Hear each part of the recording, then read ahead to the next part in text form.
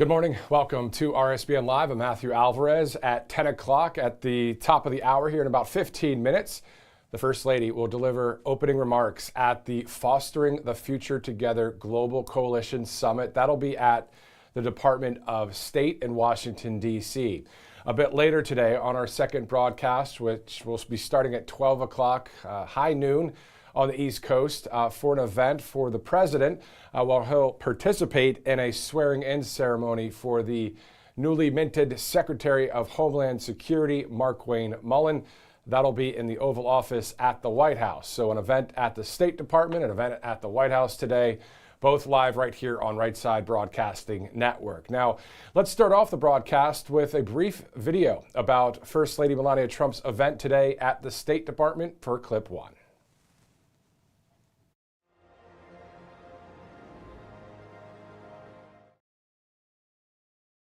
Hello, everybody. We were here and we're touting how well it's done with the crime stats, and over a period of 5 months, it's way down, and we're proud of it. We're going to come back in 2 or 3 months, and we'll have a very one of the safest cities. So Memphis went through a terrible thing, and like in D.C., we're doing great, and every place we go, we're doing great, to be honest with you. So, Frank, I'd love to go to Chicago. I'd love to be invited to Chicago. We would get rid of crime in Chicago very easily, but the Democrats don't want to do that. I'd love to go to San Francisco. Would make it something. Would bring it back to where it was. And the mayor's working hard. He's a Democrat. He's working hard there, but we could do things that they just can't do. But every place we go, and Memphis, I guess you probably heard the crime numbers are way down. Most of them are down by 75% and more. And within 2 or 3 months, we'll have it down to over 90%. So you have to be happy. Elvis would be very happy about that, right? And everyone loves Elvis. I love Elvis, too. Elvis, you know, they all say, did you know Elvis? So I knew Frank Sinatra. I knew most of them. Unfortunately, I never met Elvis, and that would be one I would have liked a lot. But I do like his music, I will say. So thank you for inviting me. I appreciate it. Thank you for coming and visiting us. All right, so it's 9:47 here, Tuesday, March 24th. Good morning once again. Welcome to RSBN Live. Let's go over once again the programming notes for today, and then we'll get into some of our videos we have prepared for you coming up. So at the top of the hour, once again, the First Lady delivers opening remarks at the Fostering the Future Together Global Coalition Summit at the State Department. And again, at 1:30, the president participates in a swearing-in ceremony. That will be for the Secretary of Homeland Security, Mark Wayne Mullen, in the Oval Office of the White House. That coverage starts at 12 o'clock. Okay, let's try it one more time as we see that live picture of the White House right now for clip one. This is the brief video about the First Lady Melania Trump's event today at the State Department.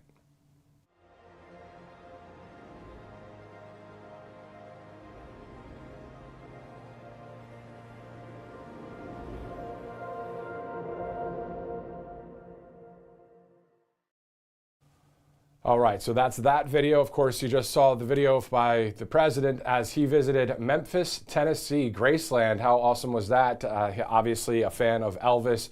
A lot of people, big fans of Elvis. But anyway, we'll get back to that video in a bit. Let's go to clip number 2 as we go to Capitol Hill, because the Save America Act and partial government shutdown obviously affecting DHS in an unprecedented way. I don't think we've ever seen lines as long as they are at the airports throughout the country, now getting ICE involved to help out with the TSA agents. This because the Democrats continuing to play political games with Department of Homeland Security, the Transportation Security Administration.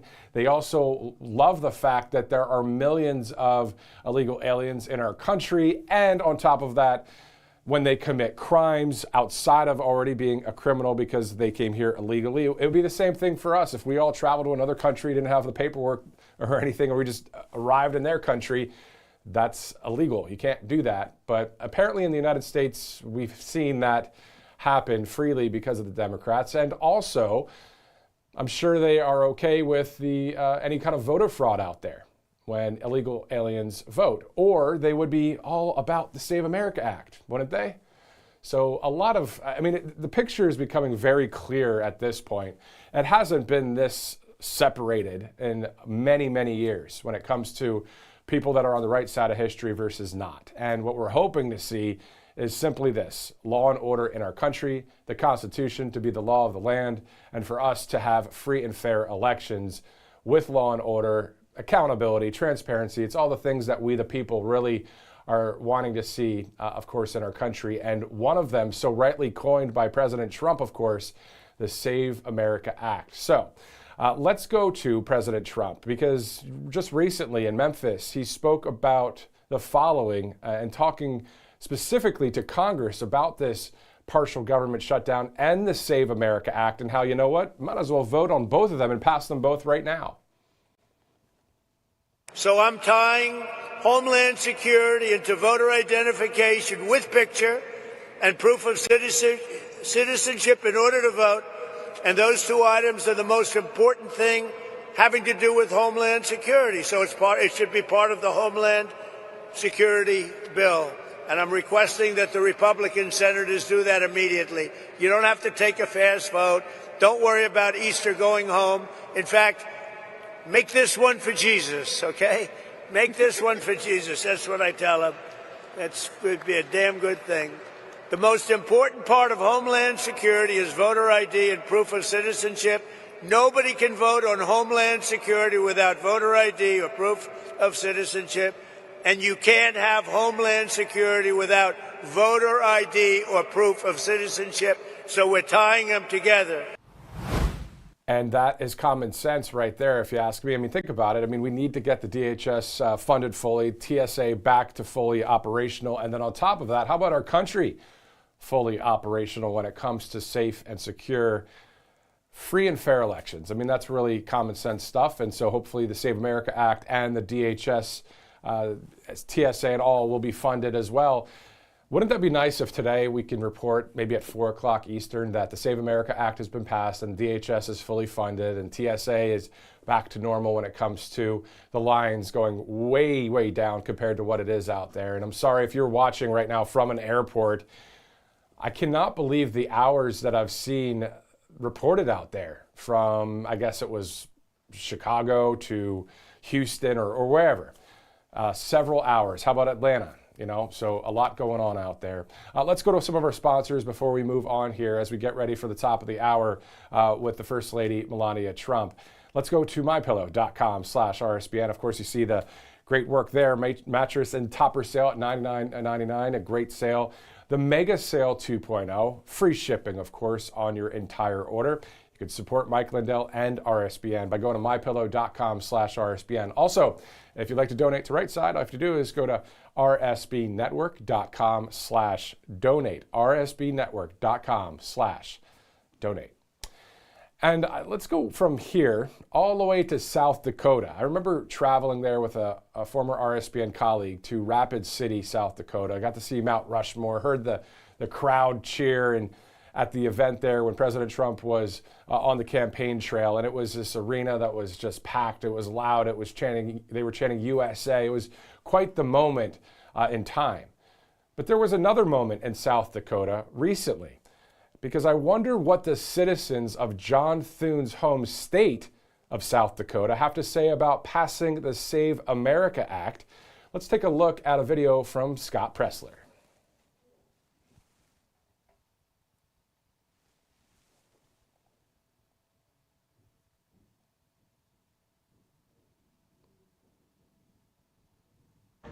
Senate Majority Leader Thune, we the people of South Dakota, especially here in Sioux Falls, we demand the Save America Act. Let's go!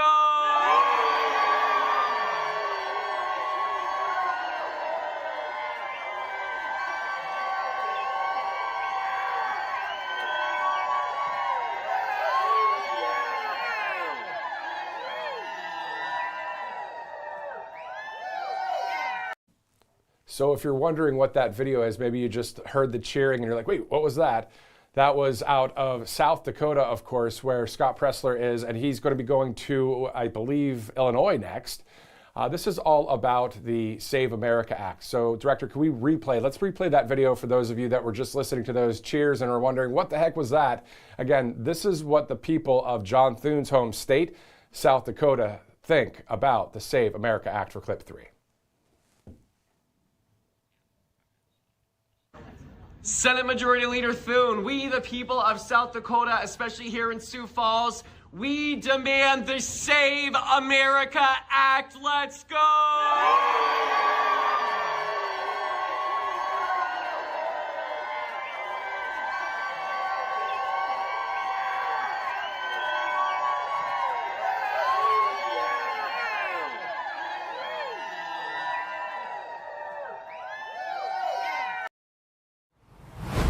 And most likely, anywhere you go across the country, all 50 states, whether the so-called lower 48, the continental United States, or out there in Hawaii or up in Alaska, we can find rooms or auditoriums or gymnasiums, arenas, stadiums, venues, chanting USA, wanting the Save America Act passed.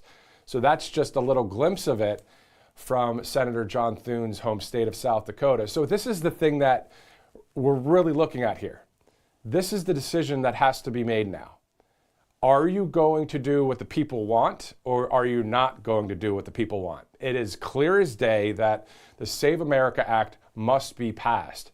Photo ID, and when you register to vote, you have to show U.S. citizenship. You have to show a proof of U.S. citizenship. United States citizens voting in United States elections, and we are debating this. We're debating this in the United States Senate, which makes still no sense to me. This should not be up for debate. This should be passed. This is clear as day again. So we have to remember this. As the weeks go on, videos like that out of South Carolina or out of South Dakota, and I believe it would be happening in South Carolina as well.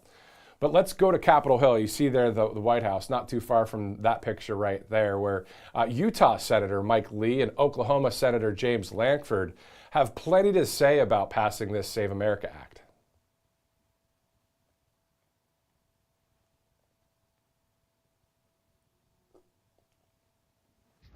President Trump has made clear that he thinks that we shouldn't recess and that we should stay here over the next 2 weeks to continue to debate the Save America Act until we get it passed and to make sure that the Department of Homeland Security is funded.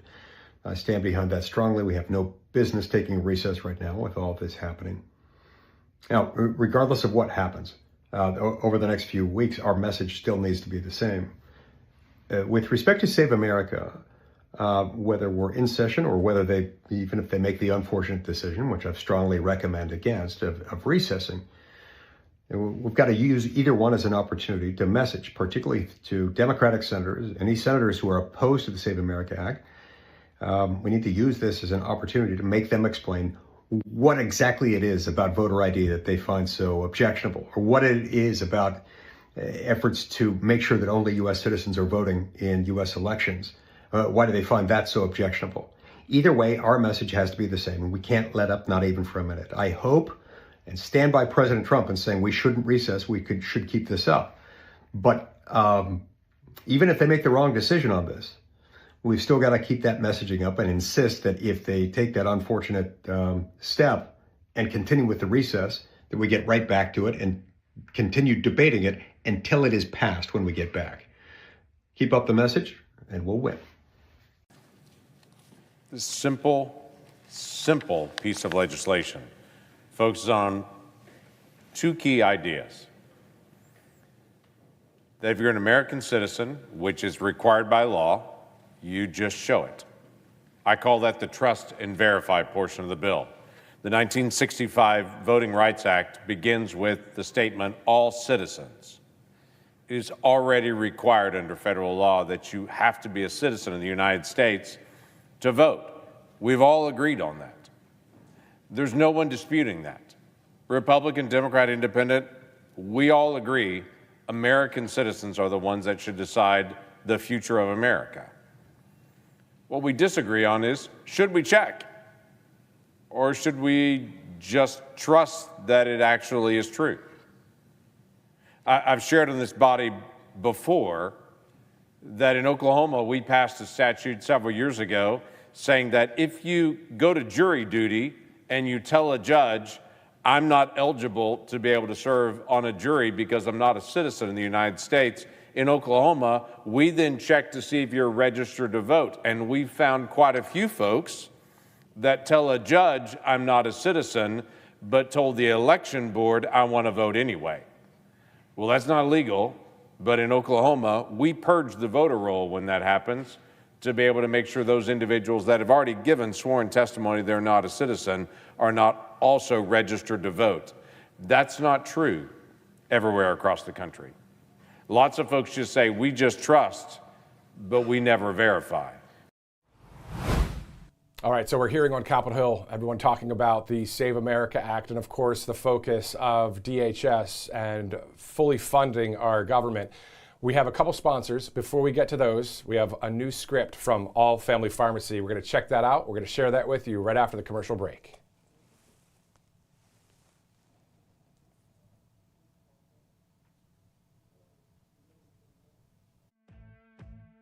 Welcome to Right Side Broadcasting Network, your trusted conservative news outlet.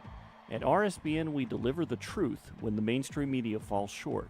Since 2015, we've proudly broadcasted every single one of President Trump's iconic MAGA rallies, bringing you the excitement and energy live before anyone else. By watching RSBN, you get an unfiltered front row view of the action on the ground. We interview the crowds to give a voice to millions of Americans just like you. We show you President Trump's speeches in their entirety, free from interruptions and censorship. We cover the stories that matter to you with the integrity and passion you deserve. Thank you for choosing RSBN as your home for America First News. Together, we stand strong, united, and informed. So join us and be part of the right side of history. Welcome back to Right Side Broadcasting Network. Let's go to the First Lady of the United States at the State Department right now.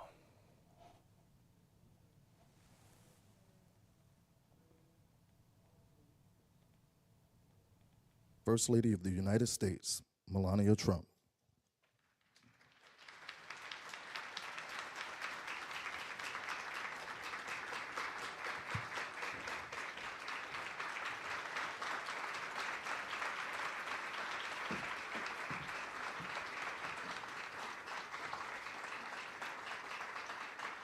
Good morning. Ambassador Crowley, Ambassador Waltz, Secretary McMahon, Deputy Secretary Landau, Director Krastius, Chairman Ferguson, Special Envoy for the Best Future Generations, Charles Harder. Thank you all for being champions, for fostering the future together. It is wonderful to receive such an impressive delegation of world leaders, first spouses, and be best in class tech companies, all with a shared purpose to empower our next generations, advancement in technology and education.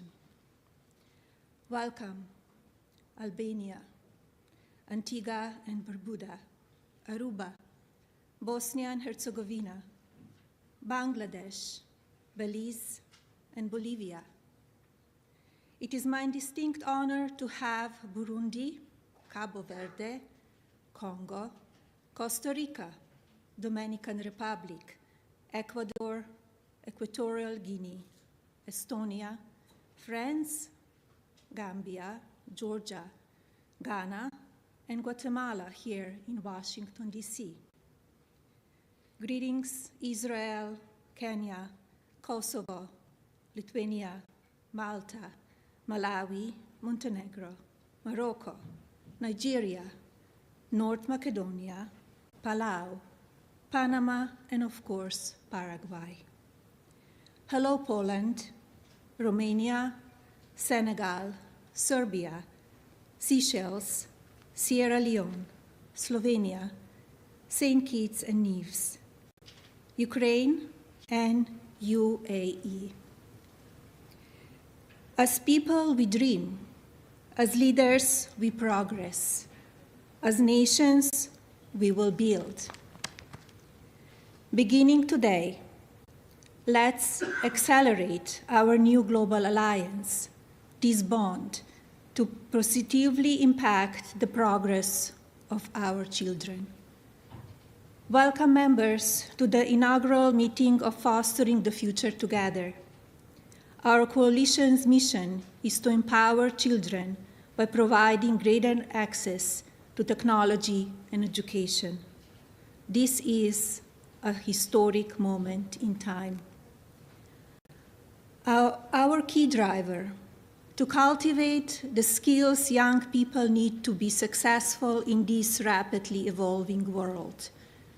Fostering the Future Together will achieve this by creating innovative learning programs, advocating for supportive education policies, sponsoring new tech-focused legislation, and building strong partnerships between the public and private sectors.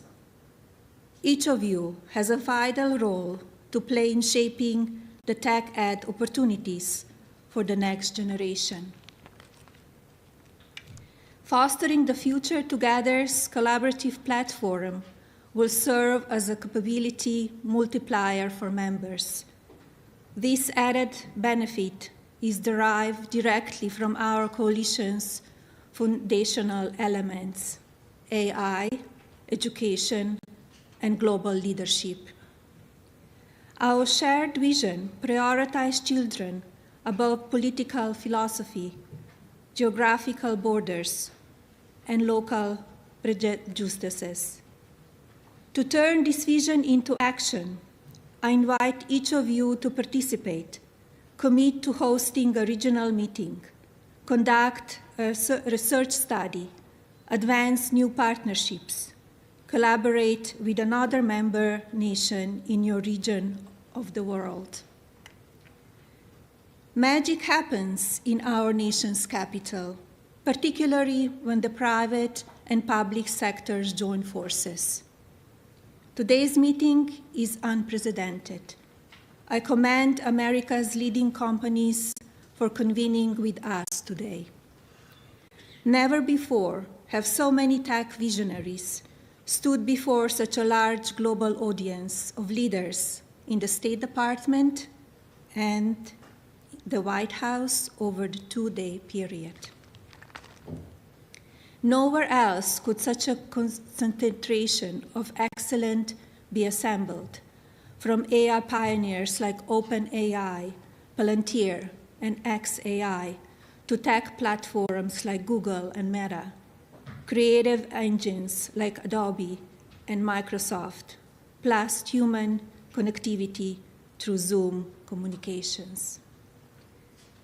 This room is filled with extraordinary human capital. Leaders, harness it to elevate your children, to empower your people, and to accelerate your economies. Our Coalition for Leaders will improve our future, but only by supporting concrete initiatives that equip young people with the skills and knowledge they need. Together, let's invest, expand success, and create opportunities for education and technology. I wish everyone great success during Fostering the Future Together's Global Coalition Summit. There is much to accomplish over this two-day period, and this is only the beginning. Thank you.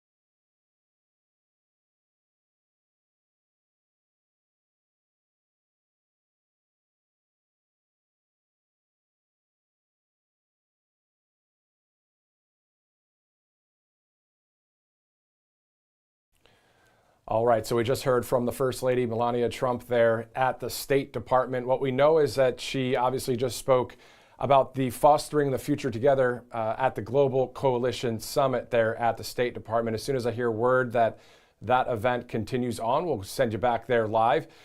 In the meantime, 12 o'clock today, we'll have another broadcast right here on Right Side as the President will be swearing in the Secretary of Homeland Security, Markwayne Mullin. Let's go back to the State Department in the meantime. And safety and protection online. We have allotted 20 to 40 minutes for each discussion. Your moderators will be senior U.S. government officials who possess leadership and expertise in today's subject matter. Speakers for each subject area have been identified in advance and will speak in alphabetical order by country. If there is a balance of time, we will move to brief one-minute interventions at the moderator's discretion. Finally, please make yourselves comfortable here today.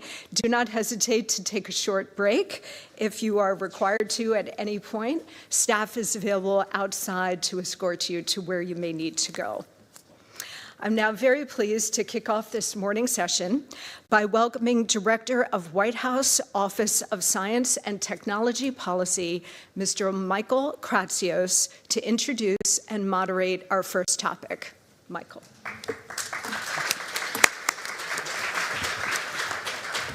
I want to thank First Lady Melania Trump for hosting today's Fostering the Future Together Global Summit. This is a historic convening of dozens of First Ladies and gentlemen from around the world at a truly critical inflection point as our nations navigate the future of children and technology.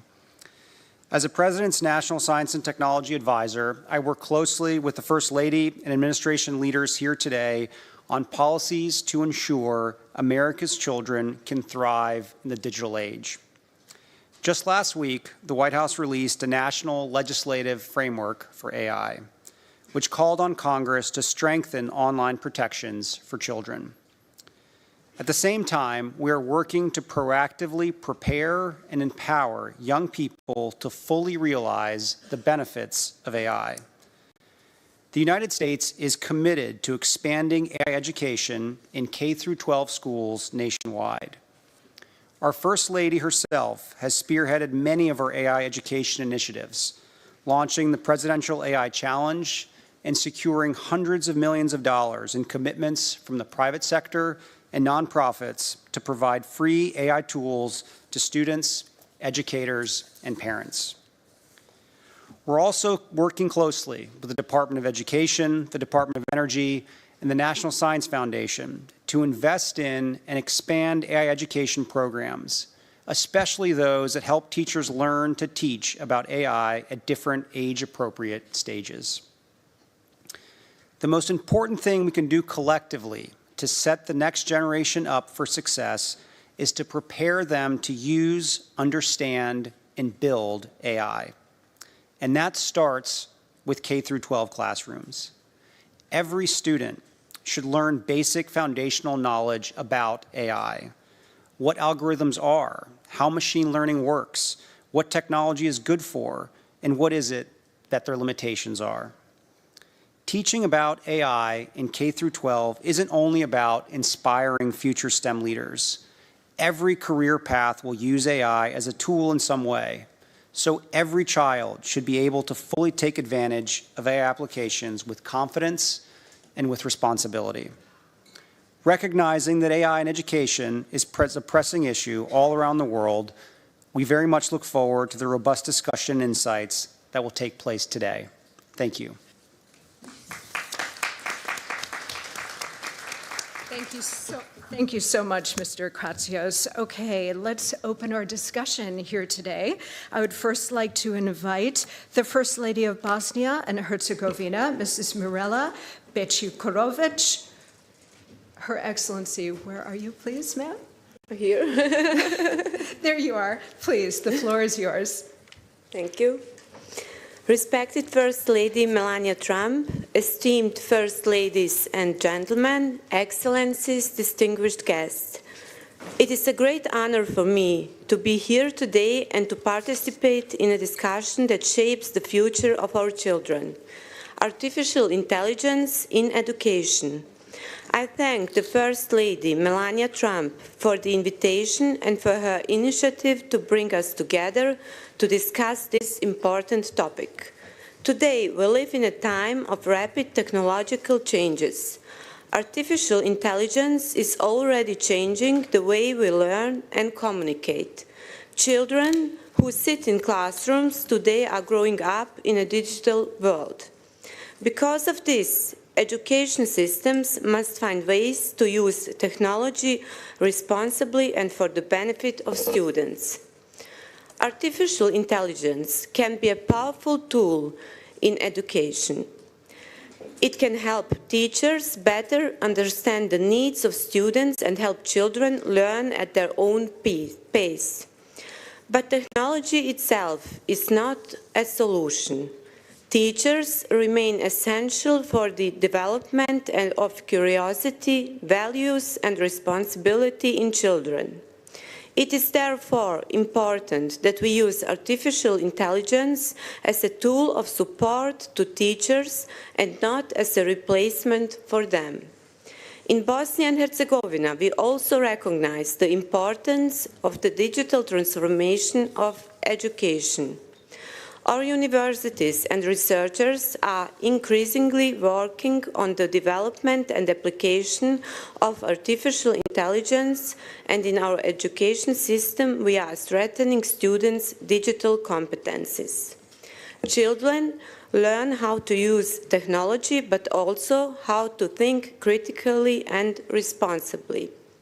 At the same time, we are aware of the challenges. Questions of ethics, security, and the protection of children in the digital space must be at the center of our policies. As a mother, I believe that education is the most important investment in the future. Our responsibility is to give children the knowledge and values to use technology in a way that connects people and builds a better society. Thank you for your attention. Thank you so much, Your Excellency. Now I am pleased to invite the First Lady of the Republic of Burundi, Her Excellency Angeline Nayadisha Marie. Madam. Excellence, Madame Melanie Trump, Première Dame des États-Unis d'Amérique. Excellence, chères sœurs, Première Dame, Mesdames et Messieurs, tout protocole observé, bonjour. C'est avec une grande joie de parler avec vous du rôle que joue la technologie, l'éducation, l'intelligence artificielle et la littératie numérique.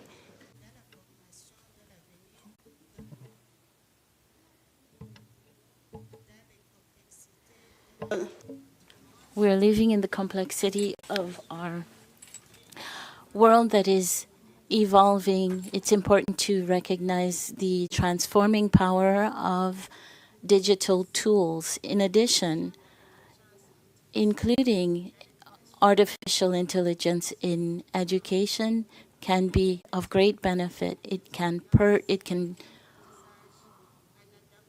customize learning by adapting to the individual needs of students. It can also help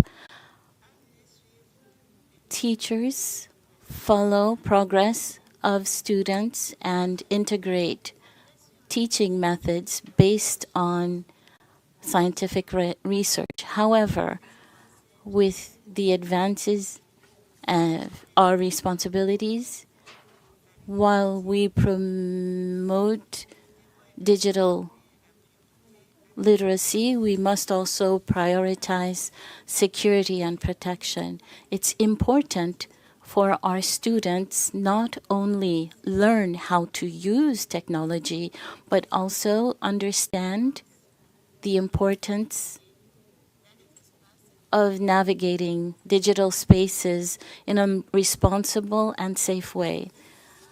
By investing in digital tools and including artificial intelligence and encouraging curiosity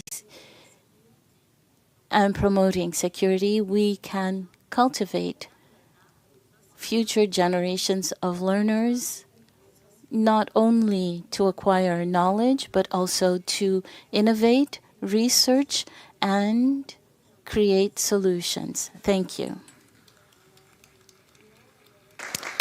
Thank you very much, Madam. It's now my pleasure to invite to deliver remarks the First Lady of the Republic of Serbia, Her Excellency Tamara Vučić. Madam. Thank you very much. Distinguished First Ladies and Gentlemen, at the outset, I would like to extend my deep respect and support to Madame Trump by following her instinct, and we women certainly do have it, giving the form and the contents to her vision and for gathering us here. We are writing history today. Ladies and gentlemen, we live in two worlds, digital and real one, offline and online, and we can neither ignore nor ban them. The Republic of Serbia is guided by the fact that well-being in digital environment, just like in the real life, is a path for personal development which requires education, not only limitations. Therefore, instead of short-time prohibitory measures, we promote the digital immunity. Our objective is not to isolate children, but to make them stronger in order to recognize the danger. Serbia has introduced computer programming to all elementary schools and a subject called the digital world starting from the first grade. The fundamentals of understanding artificial intelligence have become part of the curriculum in elementary and secondary schools, and according to UNESCO data, we are one of only 11 countries in the world that successfully implemented this. What we are especially proud of is that the digital transformation in education has been accompanied by improvements in the system for child protection. The National Contact Center for Children's Safety on the Internet, Smart and Safe, has been established as a system of direct support for children, parents, and teachers. This is the first and so far the only institutional mechanism in the region that addresses the prevention and response to threats against children in the digital environment. Ladies and gentlemen, Serbia is today the chair of the Global Partnership on Artificial Intelligence and proudly becoming the member of the Fostering the Future Together Global Coalition. To conclude, technology is neither good nor bad. Technology, in my opinion, is our test of humanity. This coalition gives us strength and the framework to successfully pass this test. Serbia stands with you, with this coalition, to the benefit of all our children. I thank you. Thank you very much, Madam. Merci. We do have a few gentlemen with us today, and now I am delighted to welcome to deliver remarks the first gentleman of the Republic of Slovenia, His Excellency Aleš Musar. Spoštovana prva dama ZDA, distinguished First Lady of the United States, dear colleagues and friends. When my high school professor of chemistry requested that all of us should, by the end of the month, have calculators, it was met with astonishment and even outcry among some of our parents. For centuries, everyone made calculations by hand. Why should we change this venerable practice? It will leave more time for chemistry, argued my professor. Your children will get better education. This little episode happened in 1980. Since then, we have witnessed and experienced many technological advances changing our teaching methods and educational systems. Word processors, spreadsheets, presentation tools, online databases, and of course, ready availability of any information you can imagine on the internet, anywhere, anytime, with mobile devices. The changes are not embraced immediately. We have seen the pattern of first ignoring, then resisting, and finally incorporating new technology in our curricula and teaching by solving an eternal dilemma: how to convert something that is seen as a tool for cheating into an educational tool. We are struggling with that in Slovenia. With plenty of great private initiatives, curriculum is lagging behind, and I hope this coalition will help us embrace change faster, because we are now on the brink of the most profound change we have ever seen.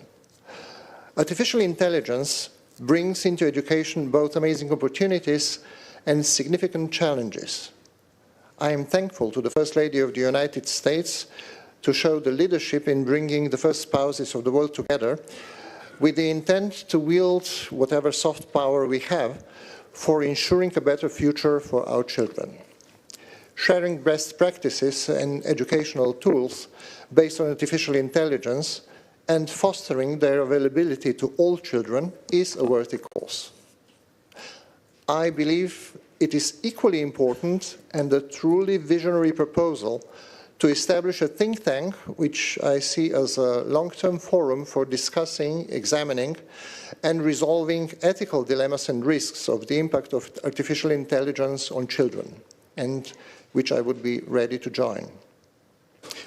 In fact, introduction of AI, not only in education, but in all spheres of human activity, is a challenge for humanity as a whole.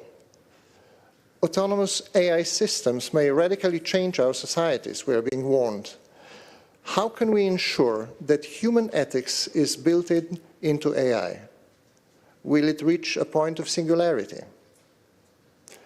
Humanity has solved these dilemmas more or less successfully many times in the past, in science fiction books and movies. Now we have to do it for real. We only have one shot. We better get it right. Thank you. Thank you very much, sir. I am now very pleased to welcome the First Lady of Ukraine, Her Excellency Mrs. Olena Zelenska. Thank you so much. Dear distinguished guests, dear colleagues, I'm honored to join the Fostering the Future Together coalition, and of course I want to thank the First Lady Melania Trump for this important initiative. Today the world is becoming increasingly unstable, and in these conditions every country is searching for the answer on a question how to preserve resilience while continuing to develop. And Ukraine already has this answer. It would be no exaggeration to say that besides the resilience of our people, it is precisely digital systems that help Ukraine remain functioning state even during a war. Since 2019, we've been developing a state in smartphone model, a model in which key public services become accessible anywhere through a simple digital interface. This is realized through DIA, not just an app, but fast, clear state-people interaction. Because technology is not only about convenience, it is about the state's ability to function. And while digitalization ensures nations' resilience, education determines its future. For us, this is the matter of principle. No child and no adult should lose access to education regardless of the circumstances.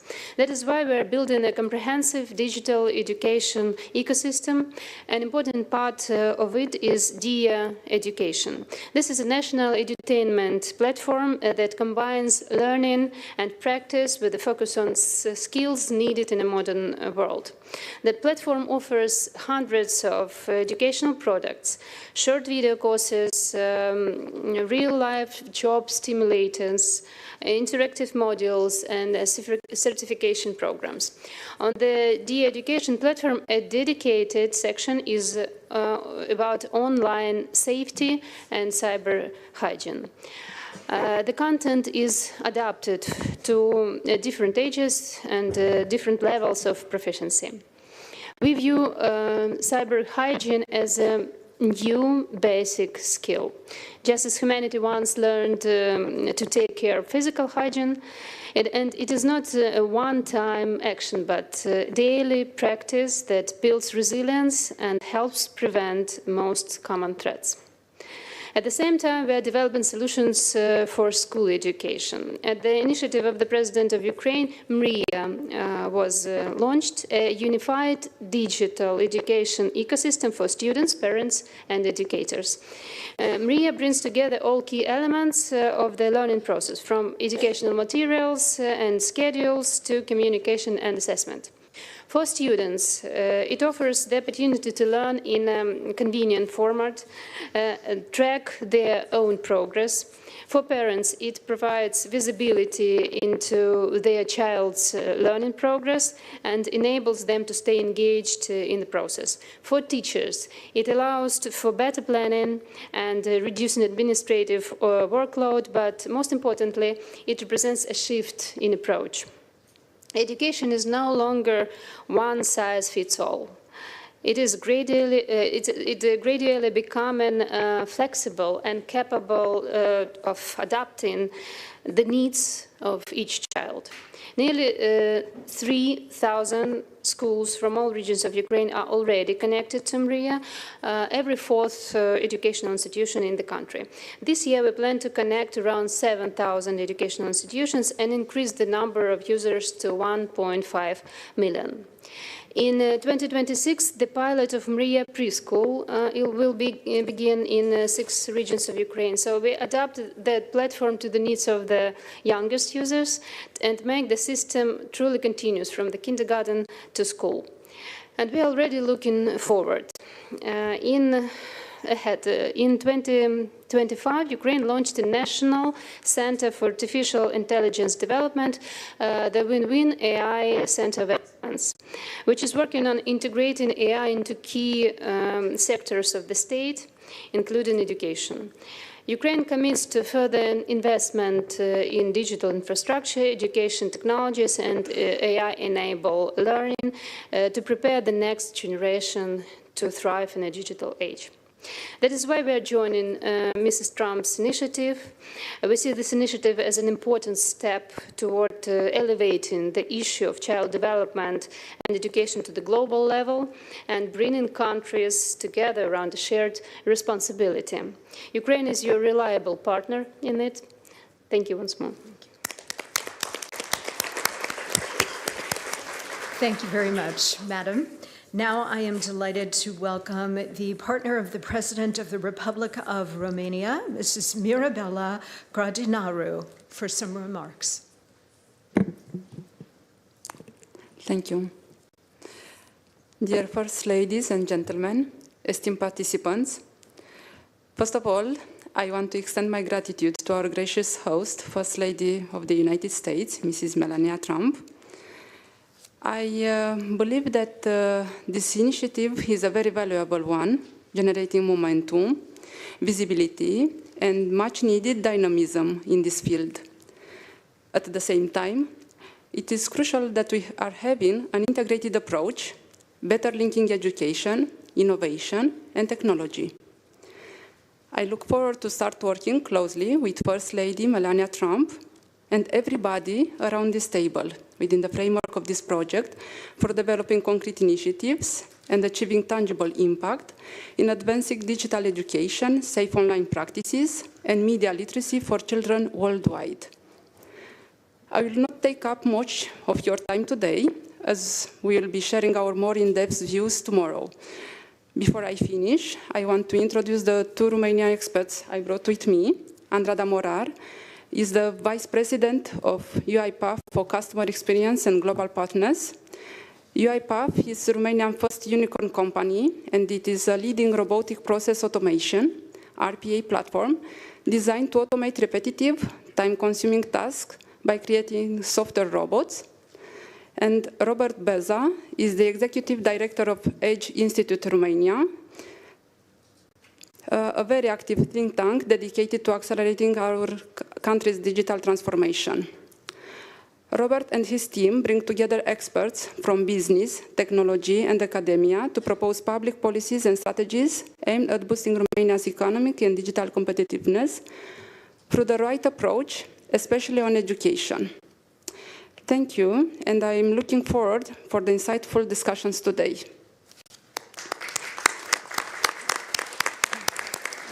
Thank you very much, Madam. Now I'd like to invite the First Lady of the Republic of Estonia, Mrs. Sirje Karas.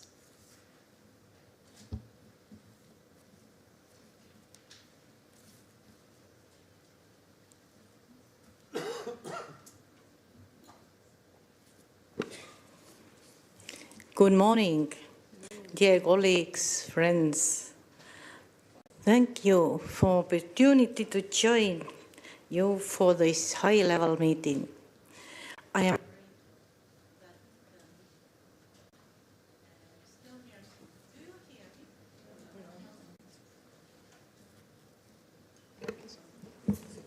Maybe you can. No. Okay. I got very. Yes, now we can hear you. I got very good friend here. Thank you. I am grateful that Estonia's experience can be shared in this coalition. Launched under the leadership of the First Lady of the United States, this format is important because it creates space to talk about children's well-being while balancing innovation with responsibility. Education shapes a person's life and well-being more than anything else. It influences future opportunities, health, and a sense of belongings. That is why quality education matters so deeply to every society. Today, education is increasingly digital. My country, Estonia, underwent a major societal digital transformation in the mid-1990s, known as the Tiger Leap. This created a strong foundation for the leap we are now making, the AI leap. From Estonians' perspective, AI in education is an issue we must address now. Artificial intelligence is already part of our children's everyday reality, so we have to choose to guide these developments rather than simply react to them. That is the purpose of Estonia's AI leap in education. It is a national program that helps schools use AI to improve learning, support teachers, and keep students safe. It combines an educationally adapted learning tool with teacher training, and it is backed by research. So, decisions are grounded in evidence. Teacher support is essential.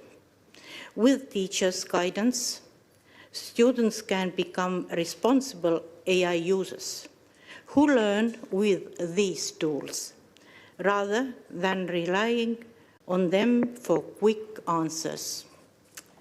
We also take risks seriously. Harmful content, deepfakes, data protection, and the impact on mental well-being. That is why we focus on safety by design, clear rules, and careful evaluation, so we learn what truly benefits children and what does not. This brings me to a wider point. The choices we make in education and technology connect naturally to children's rights and to emerging frameworks for AI governance. We want to build a bridge between classroom practice and these global principles, and we will use every international forum available to strengthen the protection of children in the digital world. This includes our current roles as a member of the United Nations Human Rights Council and as a co-chair, together with El Salvador, of the United Nations Global Dialogue on AI Governance. In 2026, Estonia is also honored to serve as a chair of the Executive Board of UNICEF. We aim to convene a special session of the Executive Board on Innovation in Education. We wish to raise awareness of the opportunities that technology offers to make education more accessible for children, as well as the need to ensure these technologies are safe and secure. Thank you for your commitment to children, to learning, and to a safe future in the digital age. Thank you, everybody. Thank you. Thank you, Madam. Now I'd like to invite the First Lady of the Republic of Costa Rica, Her Excellency Signe Zaitekete. Good morning. Welcome. Signe Zaitekete. First Lady Melania Trump, Excellencies and fellow First Spouses. Thank you for bringing us together, and thank you also for coming together. This coalition matters. It matters because the digital world is no longer a separate place where our children go. As the First Lady of Estonia mentioned, it is the environment in which our children live. Environment that shapes their minds every day and in real time. Artificial intelligence is already in their phones, it is in their homework, it is in the very question they ask about the world. As we gather here today for the initiative Fostering Future Together, the question before us is simple yet profound. Will we guide them, or will we leave them to navigate this frontier alone? In Costa Rica, we chose to act early. In 2024, we launched our National Artificial Intelligence Strategy, and this is the first of its kind in Central America. From the very beginning, we made one decision clear. Children come first. And this is not a technical issue for us. It is a public responsibility. We are building our artificial intelligence with ethics, with safeguards, and with a human-centered purpose. And we are already seeing the results. Today, over half of our teachers using artificial intelligence to support students with special needs or spark innovation, and this is a rate well above the OECD average. To ensure that our teachers are never left behind, we also created one of the world's first National Artificial Intelligence Guide for educators. This guide ensures that technology serves as a partner that automates routine tasks, giving our teachers back time they need for what matters. And this is socio-emotional support of our students. We are also providing that innovation has no borders. In Costa Rica, internet access is a constitutional right. And we have reduced the digital divide in vulnerable communities by 22 percentage points.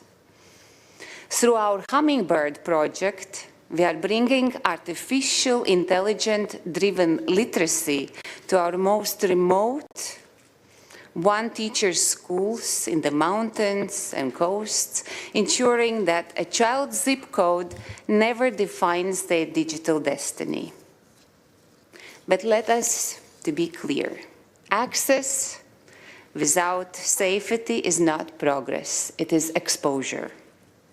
When technology arrives before guidance, we see confusion and misuse. That is why we are strengthening our laws against digital grooming and bolstering cybersecurity.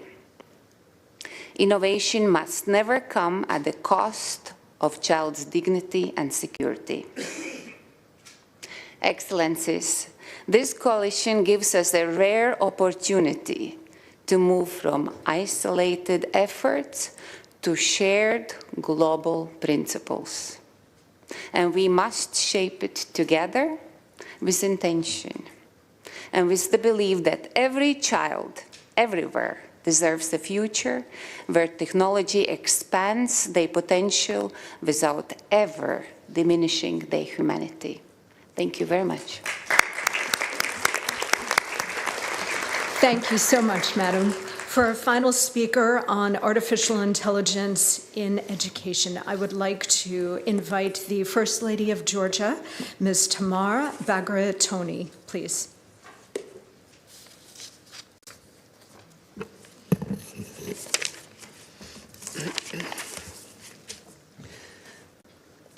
Distinguished First Ladies, honorable guests.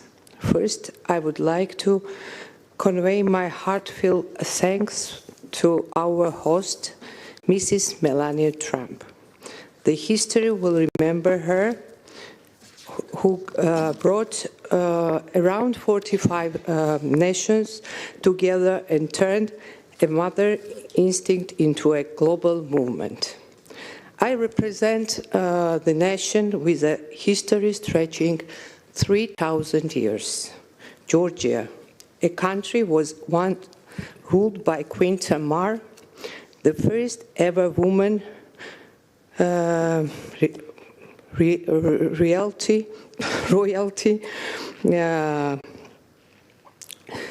referred to as a king, who believed that the leader's greatest is measured by how they protects the most in needs.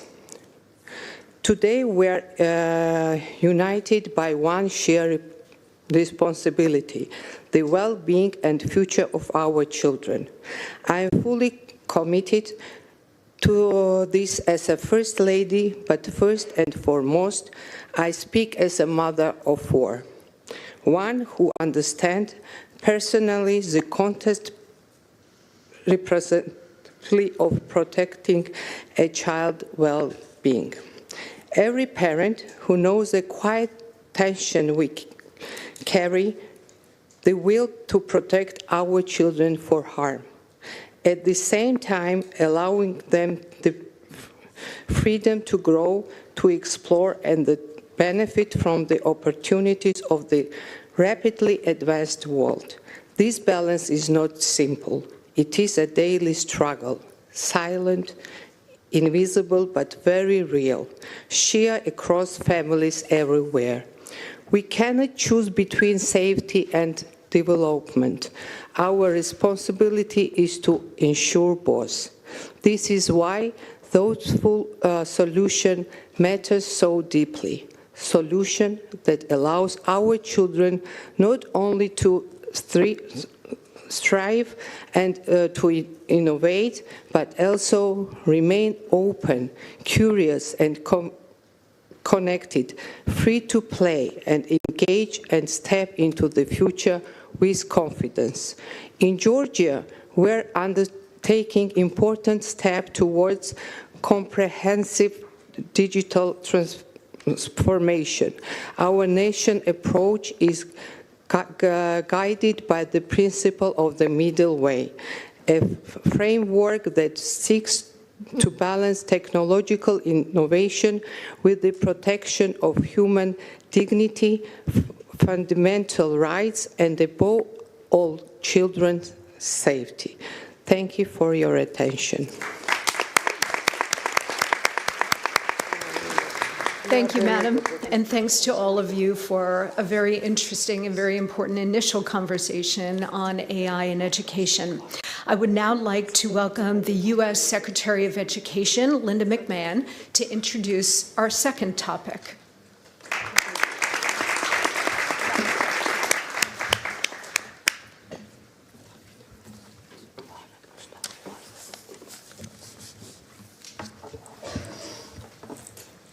Good morning, everyone. It's indeed a pleasure to be here with you. Thank you, Ambassador, for having me this morning. And I'd certainly like to thank our remarkable First Lady for assembling this talented group of first spouses, policymakers, and industry leaders to discuss how we can harness AI to enhance education and equip students with the digital fluency today's jobs require. And just to step aside for 1 second from my prepared comments, I would just like to say how impressed I am with all of the comments that I have heard so far this morning. The sharing of the thoughts of mothers, of leaders of countries who bring their passion for not only their own children, but the children of their countries. So I welcome those remarks. I am so grateful to hear this and for all of us to understand that there is no one size fits all, and that as we all are in our respective countries and communities and industries, thank you all for this devotion and commitment to not only embracing AI, but to also understanding its use as a tool, but that it must have guardrails so that our children are protected and can benefit from the greatest aspect of embracing this technology. So thank you for that. Artificial intelligence is a technological leap on par with the invention of the printing press and the rise of the internet. It is no longer just a transformative technology, but a foundational one that is already shaping the world around us. In education especially, it can serve as a powerful equalizer, opening doors of opportunity for students and expanding access to quality learning. And I've seen this firsthand in my 50-state tour while visiting the Alpha School in Austin, Texas, where each student has an individual AI tutor for the first 2 hours of the day that can identify their individual needs and help remediate their lagging learning spots. The genius of the Alpha School is how an AI-supported, customized learning path is guided by a teacher to personalize support for each student, to help students explore their life goals and to teach them the skills necessary to achieve them. As a result, their students are mastering material at a pace over 2 times faster than national benchmarks.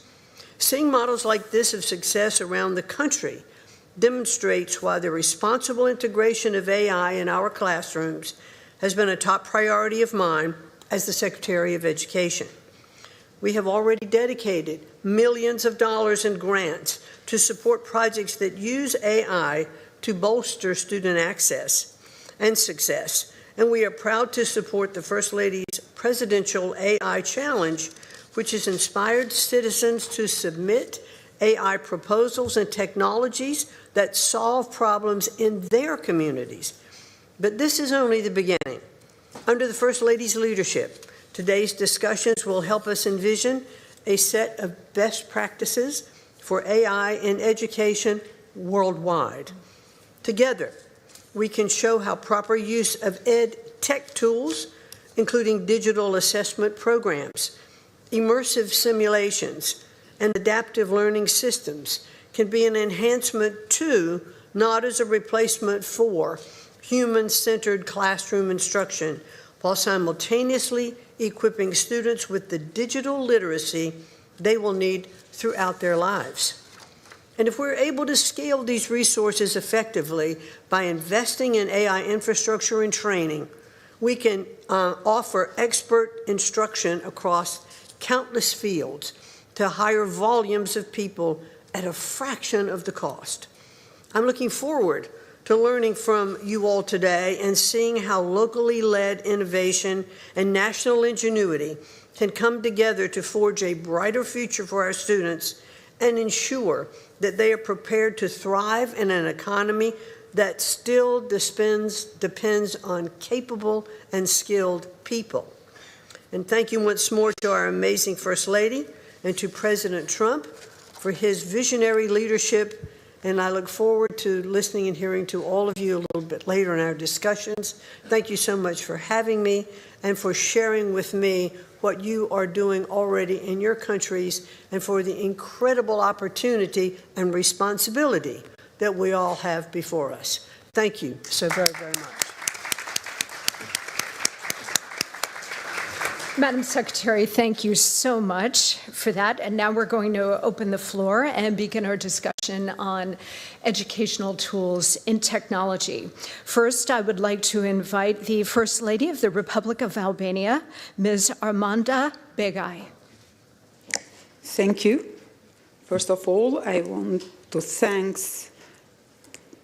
First Lady of the United States for welcoming us and for these grateful initiatives. Dear First Ladies and gentlemen, distinguished participants, the launch of Fostering Future Together Global Coalition is both timely and necessary, as the rapid advances in digitalizations and AI are transforming the way we learn, work, and live. Investing in children's education, as highlighted by Mrs. Melania Trump, is essential to build lasting peace. For Albania, ensuring that every child is equipped with digital skills is a national priority.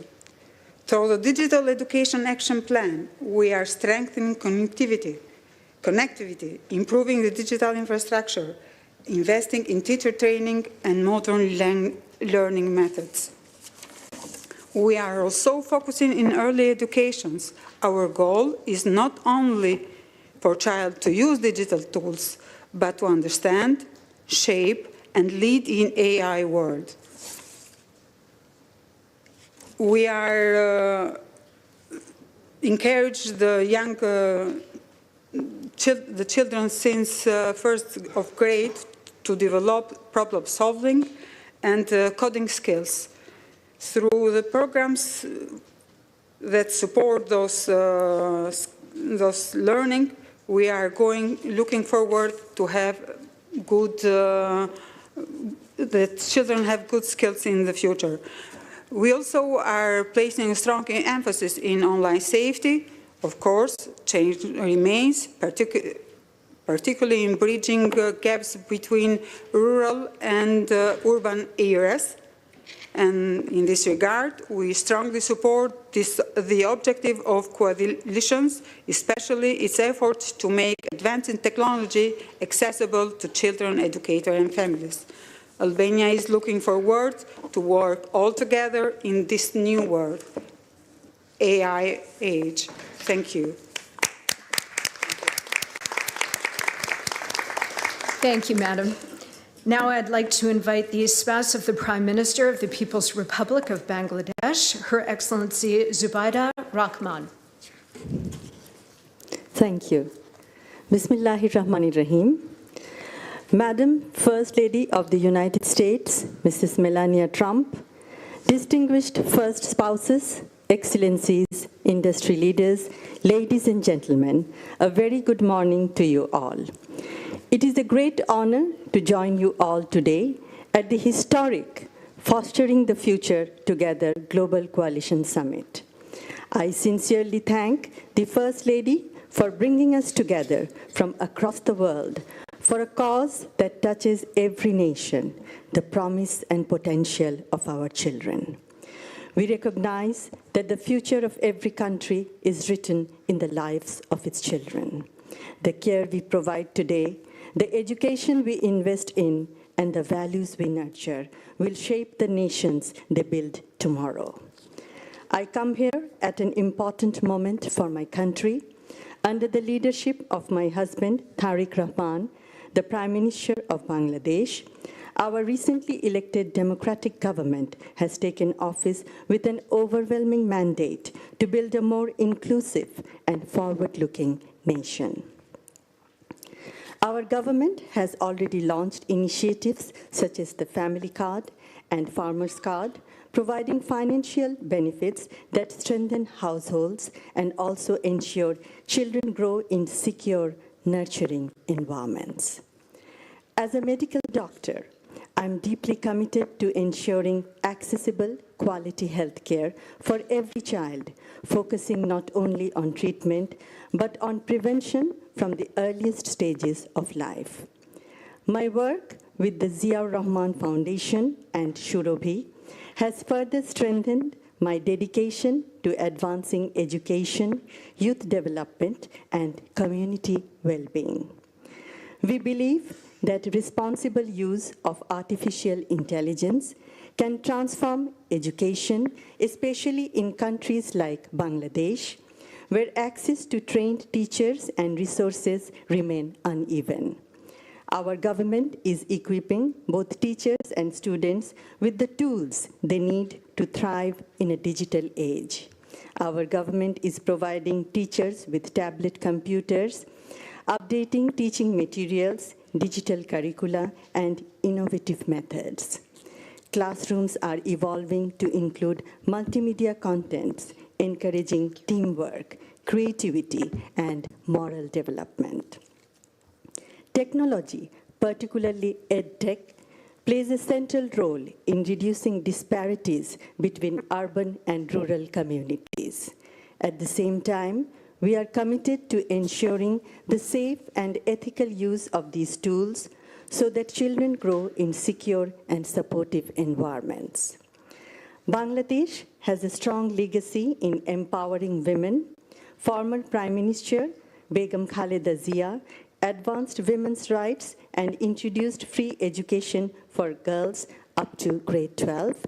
Our government is committed to ensuring free education for women up to postgraduate levels. Shahid President Ziaur Rahman laid the foundation of the garment industry, creating opportunities for millions of women. These efforts demonstrate that when women are empowered, families are strengthened and children prosper. We also recognize the importance of partnerships. By working with the private sector and our global partners, we aim to expand safe digital spaces, train teachers, empower parents, and improve the quality of education for all. With strong technological cooperation, we seek to connect every region, protect every child, and personalize every learning journey. Together, we can raise a generation that is resilient, compassionate, and prepared for the future. In closing, I express my heartfelt gratitude to the Madam First Lady of the United States. By sharing knowledge, learning from one another, and collaborating across borders, we strengthen not only our nations, but the future of our children and the world they will inherit. Thank you very much. Thank you so much, Madam. Now I am very pleased to invite to deliver remarks the First Lady of the Republic of Cabo Verde, Her Excellency Deborah Katisa Cavarlo. Thank you. Your Excellency, First Lady of the United States, distinguished First Ladies, my sisters, as I like to call you, Excellencies, distinguished participants. As a Cape Verdean, I'm truly honored by the invitation to be part of this global initiative. While our countries reflect diverse realities, we are united today here by a common purpose, placing children at the center of digital future. And now you can Googleize it. Cabo Verde is a nation, for those that don't know yet Cabo Verde. It's a nation of 10 islands in the Atlantic Ocean. We are 99% ocean, deeply rooted in youth. For you to know, 70% of Cape Verdean people has less than 35 years. So our youth are supported by a vast diaspora. And United States hosts the largest Cape Verdean community outside our islands. Today, technology connects what the ocean once separated. And our future is blue, digital, and profoundly dependent on the investment we make in our children.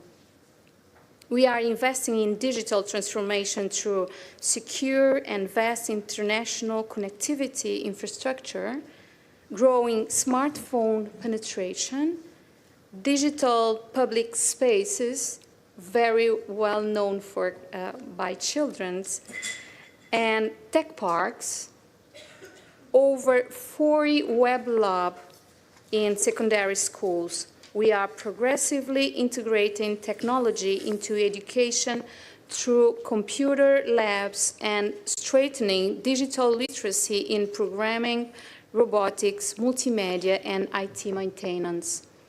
As a First Lady, I have actively contributed to reducing digital inequality by supporting access to device and connectivity for children and adolescents that are in vulnerable social and economic situation. It is in this context that we see artificial intelligence as a gateway to at least three things: inclusion. And when I talk about inclusion, I remember Stephen Hawking. I know everybody knows who was Stephen Hawking. And I remember kids with special needs. Imagine all the kids with special needs with the access he had. All of them could give to the world, not only to a country, but to the world, the best potential they have. And about equity, I'm thinking about the presence of girls and women in IT world. We are underrepresented in this world. So we must prepare equipping our young people to thrive in a global world where their talents can flourish. However, excellencies, there are at least two fundamental pillars that must guide and safeguard this gateway: family and school. School do more than teach, they educate, they influence and shape character. Teachers are role models and must guide the use of technology. Behind encouraging its use, they must teach how to use it critically and responsibly. Families, too, face challenges. Often, children are more technologically skilled than their parents. Parents must therefore be supported, empowered, and engaged to ensure consistent guidance and oversight. In past, danger was in the street. At my time, when I was a kid, the danger was at the street. But today, it may be inside the home, just one click away. An integrated approach is essential. Includes digital education, stronger online protection, and greater accountability of technology platforms. Because every child matters, and no country can face the challenges of the digital age alone. We are committed to working with all of you to ensure that our children become not only digital creators, but also peacemakers, building bridge of dialogue, building bridge of understanding, and bridge of empathy across the world. AI for all. Thank you all. Thank you, Madam. Now I would like to invite the First Lady of the Dominican Republic, Mrs. Raquel Abarria. Yes. Good afternoon, everyone. As I said before at the beginning, do you hear me? We are all a great big family working together. So please allow me to speak in Spanish, which is my, if you would like to be so kind, it's Channel 9 in Spanish. Permítame iniciar saludando. Let me begin by commending on behalf of the Dominican Republic in my own name the very valuable work and initiative of First Lady Melania Trump to convene this First Ladies to participate in this global coalition Building the Future Together with the aim of promoting all of our children through education. Today we are facing a combined challenge. In the Dominican Republic, we have taken on this challenge as an opportunity to transform our educational system. In recent years, we have moved from a system based on memory and memorization to one that is based on skills, that focuses on know-how. We are seeking to create students who are capable of critical thinking, to resolve issues and problems, that is to say, problem-solving oriented, in a world that is changing every day. Teachers. La tecnología juega un papel fundamental. Technology plays a key role in this process. Today, it is an ongoing aspect, and it is part of everything that we are doing. It is cross-cutting in this regard, and we are training our teachers. We need to train our teachers, ensuring that technology is a teaching tool that is, in its essence, effective. As part of our efforts, we have created programs that are focused on understanding ITCs and the 21st century. One example is our educational robotics program, in which over 800,000 students have participated, strengthening capabilities in STEM, specifically through different competencies. Today, we understand that English is the language of technology, and as such, we've created the program English for a Better Life, which currently serves 82,000 secondary school students. Similarly, we are encouraging programs of inclusion and innovation that expand access to quality education through the use of technology. Lastly, let me highlight the responsible and safe use of digital tools backed by policies in data protection and cybersecurity. The Dominican Republic reaffirms its commitment to not fall behind, and specifically to not leave behind future generations. Through our 2030 digital agenda, we are working to create future citizens that are capable, responsible, and that they understand what the responsible use of technology and AI means. Thank you to Melania Trump, distinguished First Ladies and gentlemen, everyone.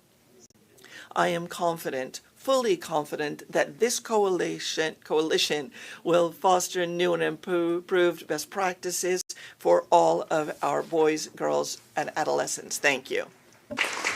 Muchas gracias, Madam. Now I would like to invite the First Lady of the Republic of Guatemala, Her Excellency Lucrecia Eugenia Penado Villanueva. Thank you for the opportunity, Your Excellencies. Mrs. Melania Trump, First Lady of the United States, and all other spouses of heads of state and distinguished guests. For Guatemala, it is an honor to participate in this initiative, Fostering the Future Together, and reaffirm of our compromise to a shared goal of protection and innovation, as well as education for children. I will also invite you, as we are in the American continent, to please use the adequate channel to listen to the rest of my participation in Spanish. For Guatemala, managing the digital transformation is a strategic priority in public policy is one of our priorities. And it is not only a priority, a technological priority, rather it is a priority that is deeply centered on people, on their dignity, and on their rights. Our goal in our country is to train students, teachers, their family, and our communities in general using direct information that is critical, creative, and responsible so that we are ready to face the new era of this new wave of technology. We have a national strategy that consists of 4 pillars. First of all, there is a component of inclusion and cultural belonging, as there are 17 million people in our country, and half of our people live in indigenous communities, mainly of Mayan origin, as well as Garifuna or Afro-Guatemalan and Xinca. We have 22 languages that are spoken in the country, different from Spanish, with 7 to 9 of them being the predominant languages. Therefore, as a multicultural country, we are developing digital content and educational models that reflect our cultural diversity and our linguistic diversity for both teachers and students, so that they are able to use digital tools effectively. We seek to constantly respect our linguistic diversity and the local contexts in which these digital tools are to be implemented. For quite some time now, we have had intercultural bilingual educational programs. What do I mean when I say bilingual? I mean that Spanish may not be the mother tongue of the majority or a good part of our population. Therefore, the new revolution of artificial intelligence and this new phase in the digital era needs to include training in the languages that I mentioned, Maya, Garifuna, and Xinca, whereas digital tools may allow these students and teachers to learn and teach in their own languages and in their own cultural contexts. In addition, we have digital literacy and increased access to digital tools. We are creating capacities in our entire educational system to ensure that students and teachers are able to use digital tools effectively. When it comes to artificial intelligence in education, we are also working on including it responsibly to promote personalized education and decision-making that is based on data and guided by UNESCO principles that ensure an ethical, person-centered focus and centered on people's rights. Next, we have online security. We believe faithfully, and we act on this belief, that innovation must occur in safe spaces for our children, our young people, our adolescents. In a country where half of our population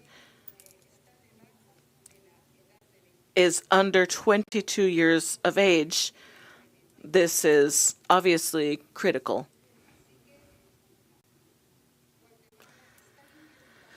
Guatemala, then, is implementing actions at the national level that are coordinated to prevent digital risks. These include strategies led by our Office Against Sexual Violence, Exploitation, and Human Trafficking. We also recognize that this challenge evolves quickly. there are new threats, such as damaging content generated by AI itself, by other encrypted platforms, and transnational exploitation networks. Therefore, we need more coordination at the institutional level. We need to be better able to investigate digital crimes, and we need a more integrated response at the national level. We are committed to that, and that is what we are currently doing. So we strengthen existing platforms to manage prevention and response to these threats. There are digital complaint mechanisms, prevention campaigns, and coordination mechanisms at the interinstitutional level that bring together education, security, and child protection.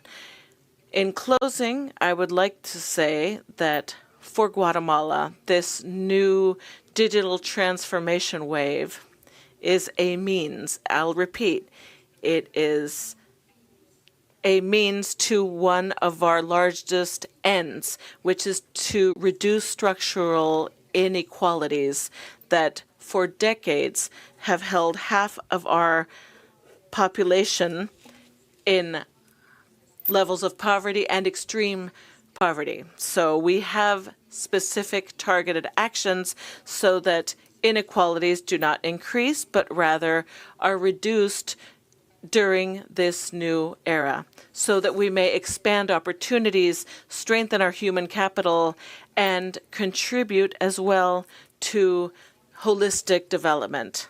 We are therefore committed to this group of leaders who are here today and those who may not be here today as well, so that we may advance and move from fragmented approaches to preventive, holistic strategies that are coordinated with all of you and all leaders from different sectors, because education, protection, and innovation must move forward together and ethically, focused on the protection of people. Finally, we would like to reiterate our desire to work with international partners to make sure that technology is a tool of equity, inclusion, sustainable development, and especially that it may protect and empower all children. Thank you very much. Muchas gracias, ma'am. Now I would like to invite the First Lady of the Republic of Lithuania, Her Excellency Diana Nausėdienė.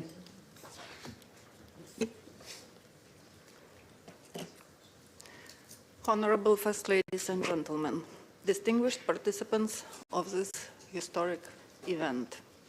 We are all living in an era when artificial intelligence expands in all areas of our human life, and it's even catching up with its creator. Timely beginning of a discussion on what the development of AI means for our future is crucial. We must speak about both great opportunities ahead and the potential dangers. This makes it essential to listen to academic analysis, scientific forecasts, and experiences of different countries. It's very important that the First Lady of the United States of America, Melania Trump, proactively leads and has launched a significant global initiative. Lithuania supports the look at the development of AI through the lens of children as the most sensitive group in society. And I am delighted to greet all far-sighted supporters of this mission, the insightful spouses of world leaders. We are here today from all over the world, united by a shared commitment to ensure that modern technologies serve for the well-being of our children and peaceful future. Ladies and gentlemen, there is enormous potential for progress. By applying technology wisely, we can ensure that quality education is accessible to everyone, regardless of special needs, place of residence, or social status. Artificial intelligence is a tool that can empower personalized education, a guarantee that education serves as a social, cultural, and intellectual elevator for every child. Lithuania is open to cooperation in developing the EdTech tools of tomorrow.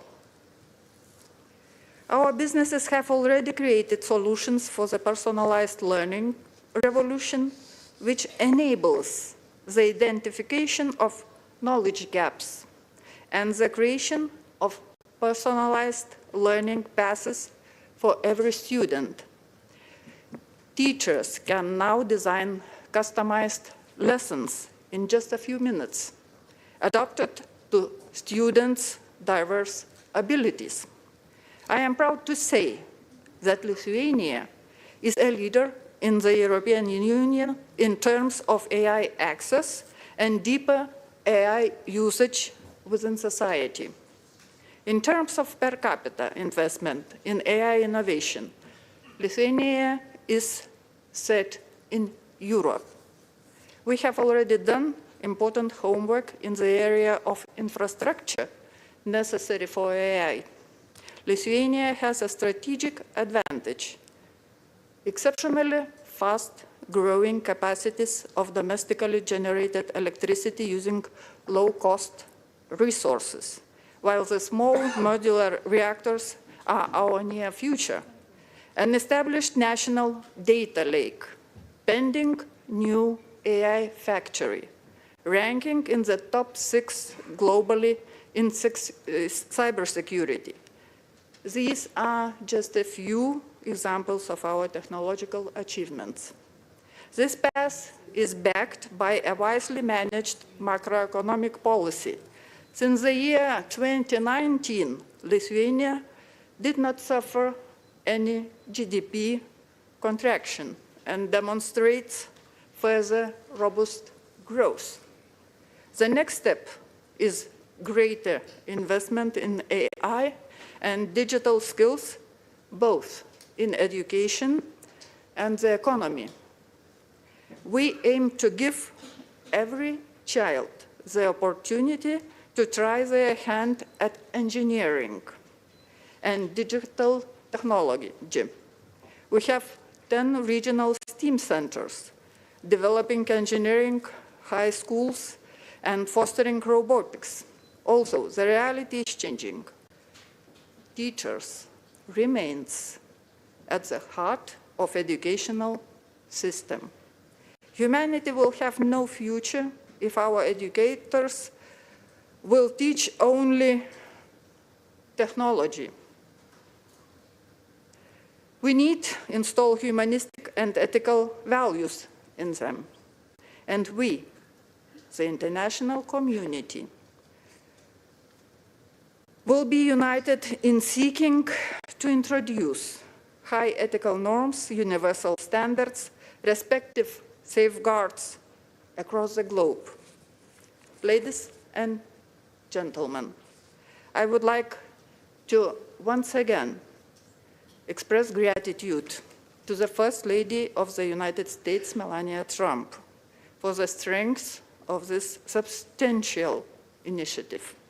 There is no doubt that the global coalition, timely initiated by the First Lady of the United States, will touch us all, the world, and help us protect our children and properly meet the challenges of the future. I can assure you, Lithuania will be an active and socially responsible participant in the global coalition. Thank you. Thank you very much, Madam. Now I am pleased to introduce the First Lady of the Federation of St. Kitts and Nevis to deliver remarks, Mrs. Diani Prince-Drew. Excellencies, when we speak about the future of our children, we are really speaking about the world we are preparing them to step into.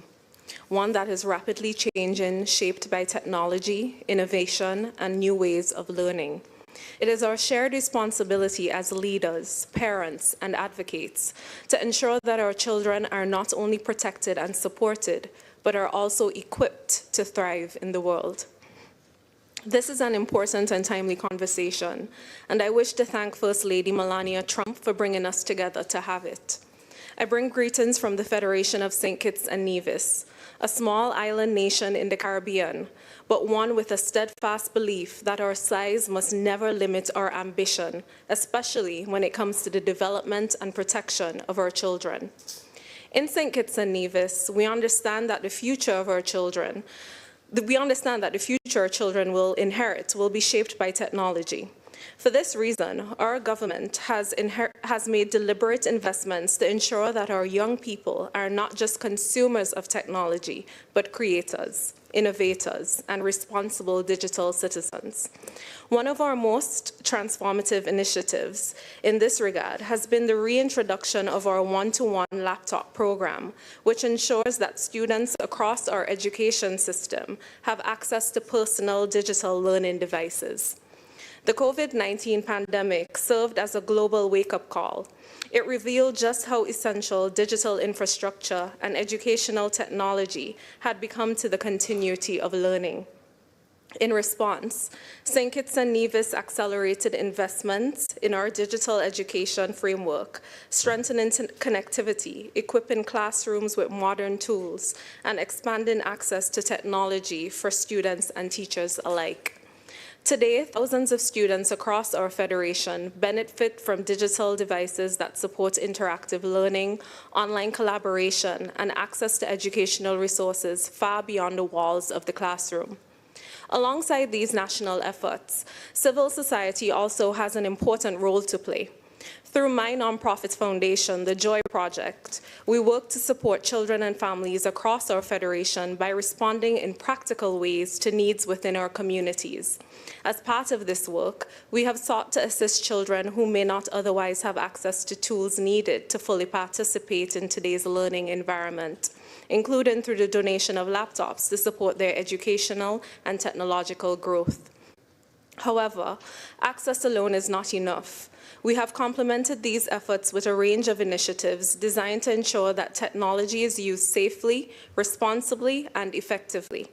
Across our communities, internet connectivity has been expanded through community centers, providing young people with safe spaces to access online educational resources.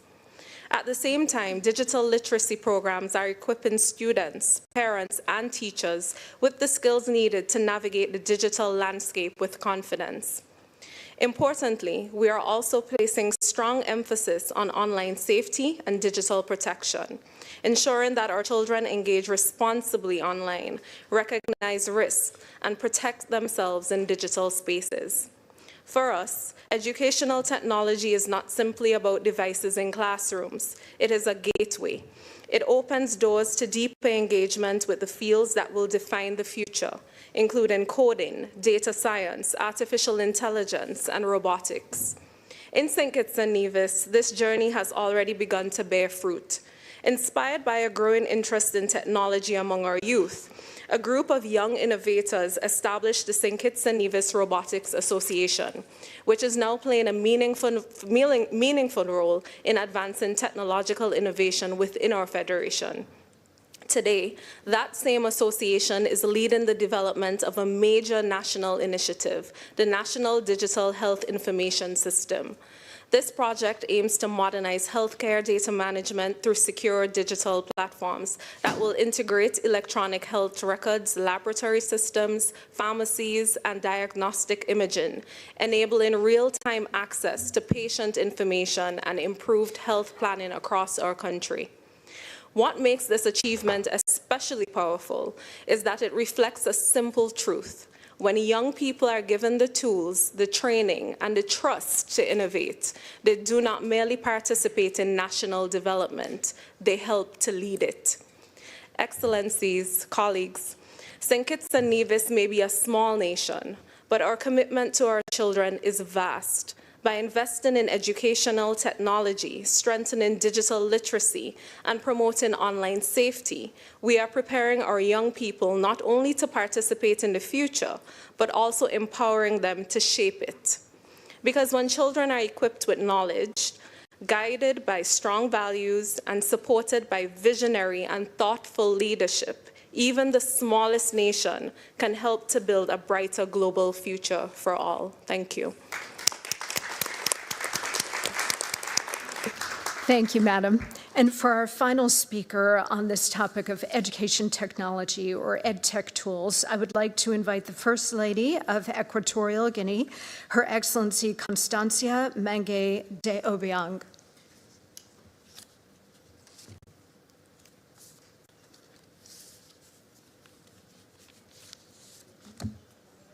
Melania Trump, Primera Dama de los Estados Unidos.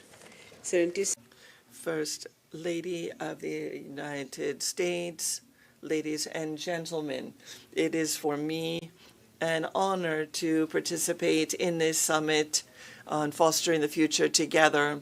And I would like to firstly thank Her Excellency Melania Trump, First Lady of the United States, for promoting this initiative and for bringing us here together to share our perspectives on a common challenge, that is ensuring that our children grow up in an environment that is capable of grappling with the challenges of the 21st century. We believe that AI can indeed become a strategic tool in improving the quality of education in our nation, as well as reinforcing existing programs through the integration of new intelligent platforms so that students can access content and foster their learning, the pace of such learning, and to do so in a responsible and socio-cultural appropriate fashion. Equatorial Guinea is committed to the use of these new tools in education.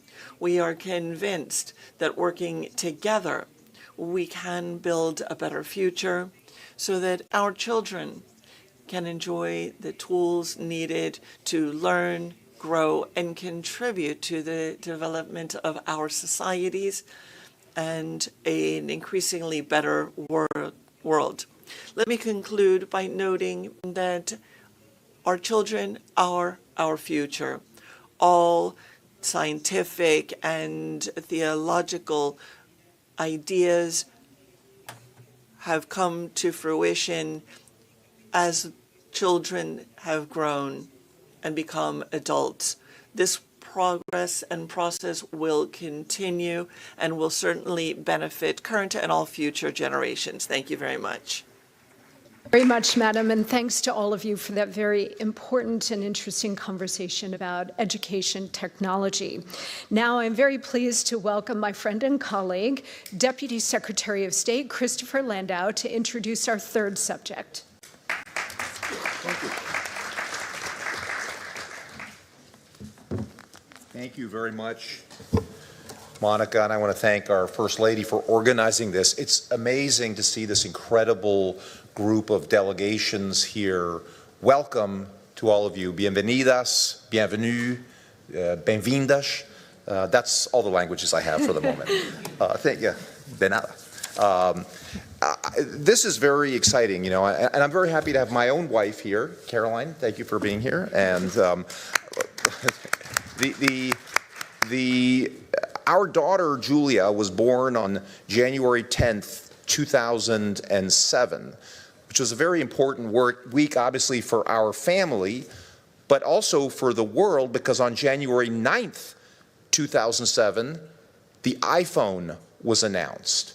So for our daughter's entire life, she has had an iPhone very near to her. We didn't let her actually have an iPhone until she was 12, but believe me, for many years before that, she was already complaining that all the other kids in her class had the iPhone. And as a parent, I'm sure many of you have this experience, you can see what an incredibly powerful tool that is. I mean, we have never put in our children's hands this kind of power before, where they actually have access to all of human knowledge that you can get online. And frankly, that's for good and for ill. There are obviously amazing educational opportunities that come from being tied up to the digital world, but there are obviously some real challenges. So I am so delighted that we have the chance as leaders in our countries, but also as parents and friends to talk about these issues, because artificial intelligence is coming. And we need to understand the implications for that. It's coming to all our countries, the big countries, the little countries. These things don't stop at national borders. So I think this is a very important conversation to have. This particular panel is about what they call digital literacy, which I think it's important to emphasize goes far beyond just knowing basic computer skills. And let me tell you, if your family is anything like our family, the kids know a lot more about computer skills than the parents. I mean, they're the ones that tell us how to unlock our phones and do everything. So we are not teaching our kids are teaching us, in our family at least.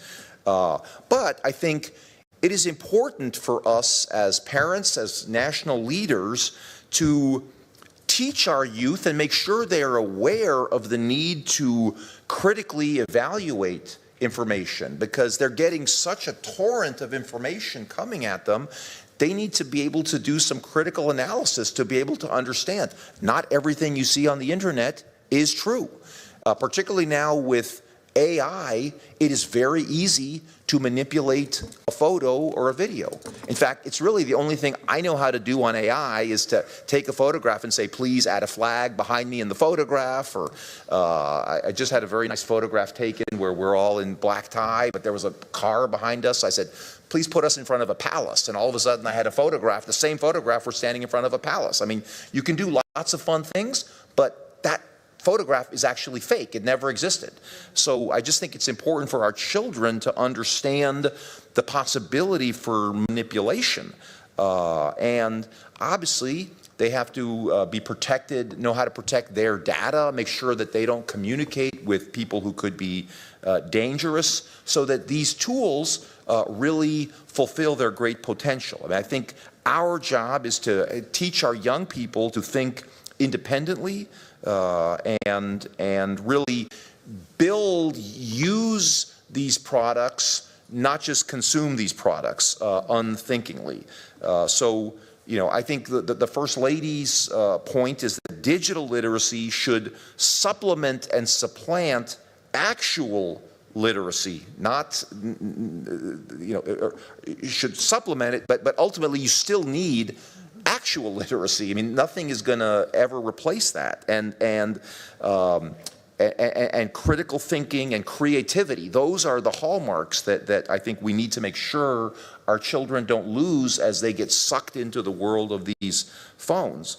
As our First Lady said recently in a national address from the White House, choose to let your imagination drive your intellectual progress. Never use AI as a quick solution. Be intellectually honest with yourself. Use AI as a tool, but do not let it replace your personal intelligence. And actually, I read just something the other day that somebody was talking to a very accomplished college student from Stanford, and that student couldn't even finish sentences because he had gotten so used to working with AI that it was a little bit alarming. So again, this is happening in real time, and I think before turning the floor over to our distinguished guests, I want to say that the United States is committed to advancing digital literacy as a cornerstone of our diplomatic and development efforts.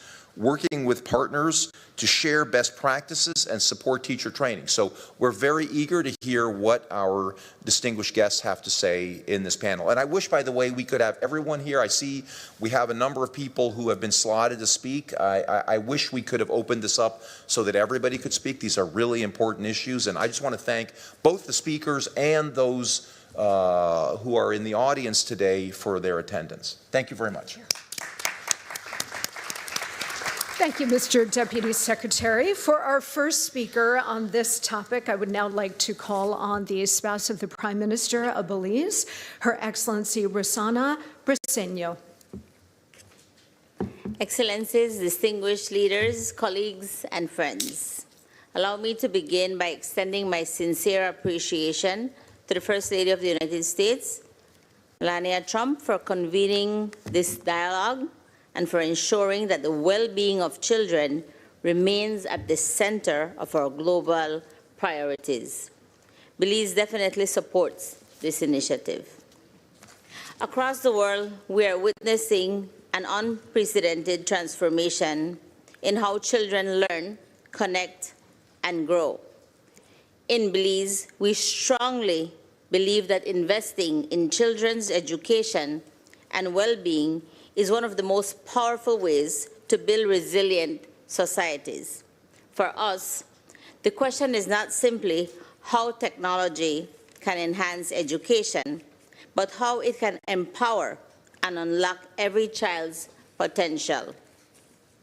With this vision in mind, the Ministry of Education, Culture, Science and Technology continues to advance efforts to integrate technology into classrooms, strengthen the digital skills of both teachers and students, and improve the quality of education nationwide. These efforts are guided by the Belize Education Sector Plan and are grounded in a national vision of making education work for Belize. Through investments in STEAM education, coding programs, robotics training, and digital learning platforms, Belize is taking deliberate steps to prepare young people for the vast opportunities and challenges of the digital age. Programs such as the Skills for the Future initiative, supported by the Inter-American Development Bank, have introduced digital learning platforms like Doodle Learning software, which currently supports more than 1,200 students in 32 schools, with additional students expected to join in this academic year. Likewise, through the FIFA Foundation Digital Education Program, approximately 200 teachers have been trained in computer science fundamentals, enabling them to introduce coding and computational thinking in the classroom. Last year, 25 primary schools integrated the Code.org curriculum through the Code Caribbean Computer Science program, allowing students from grades 4 through 8 to develop digital skills in coding and robotics. And because we recognize that connectivity is not simply a convenience, but a bridge to opportunity, ensuring equitable access to technology remains our national priority. With this, Belize has made significant progress in expanding digital connectivity within schools. Through the ministry's Connect ED program, high-speed internet has already been delivered to 75% of Belize's students and teachers, more than 66,000 students, and nearly 4,000 educators. For us, that goes a long way because it's only about almost 400,000 of us in Belize. This initiative will continue to expand, bringing 70 additional schools online and increasing the total number of connected schools to 283, ultimately reaching more than 87,000 students across the country. In 2024, the Ministry of Education launched the 501 Academy website, featuring digital resources and tools for teachers and students. This includes 3 AI chatbots, the 501 Teaching Assistant, the 501 Historian, and the Creole 501 teaching assistant. Creole is a dialect that we have in Belize. Instead of saying good morning, we will tell you good morning. So these were designed to integrate artificial intelligence into the classroom and enhance teaching and learning specifically for the Belizean context. Over the past 2 years, the ministry has also distributed over 7,000 Chromebooks to students across more than 165 primary and secondary schools, helping to bridge the digital divide and enabling students to access digital textbooks, learning portals, and educational resources. Beyond the classroom, Belize is also creating spaces where innovation and creativity can flourish. The ministry has launched 7 youth spaces across the country, transforming public spaces into innovation hubs where young people can experiment with technology, develop digital skills, and collaborate on new ideas. These spaces were intentionally designed to be inclusive, welcoming, and child-friendly environments that encourage creativity, curiosity, and lifelong learning. In February of this year, the government of Belize, through the Ministry of E-Governance, inaugurated the Digital Literacy Training for Citizens initiative. This initiative is designed to promote digital inclusion, enhance cybersecurity awareness, and equip Belizeans of all ages with the essential skills required to effectively navigate an increasingly digital landscape. Excellencies, right now, technology is transforming the world our children will inherit. But if we want to truly foster the future together, we must ensure that innovation does not deepen existing inequalities. Ultimately, the future we seek for our children must also be guided by inclusion, responsibility, and compassion. Therefore, when we invest in digital access, we must also invest in digital literacy. When we introduce innovation, we must also ensure safety and protection. And when we create opportunity, we must ensure that no child is left behind. Thank you. Thank you so much, Madam. Now I am pleased to welcome to deliver remarks the First Lady of the Republic of the Gambia, Her Excellency Fatoumata Babaro. Thank you. Excellencies, ladies and gentlemen, good afternoon. It is a pleasure to join you in this inaugural Global Coalition meeting. I extend my sincere appreciation to Her Excellency, Madam Melania Trump, the First Lady of the United States of America, for her leadership in conveying this important dialogue. Today, we address an issue that will define our future, the well-being of our children in a rapidly evolving digital world. Technology is transforming how children learn and connect. For countries like the Gambia, this presents both opportunity and responsibilities. Opportunity to expand access to education and responsibility to ensure digital spaces are safe, inclusive, and empowering. In the Gambia, we view investment in children as central to national development. Education remains the cornerstone of economic growth, poverty reduction, and social stability. Our education reforms focus on equitable access, quality learning, strengthened teacher training, expanded STEM education, and integration of digital tools into classrooms. However, challenges remain including limited infrastructure, qualified teacher shortage, and gap in digital literacy, among others.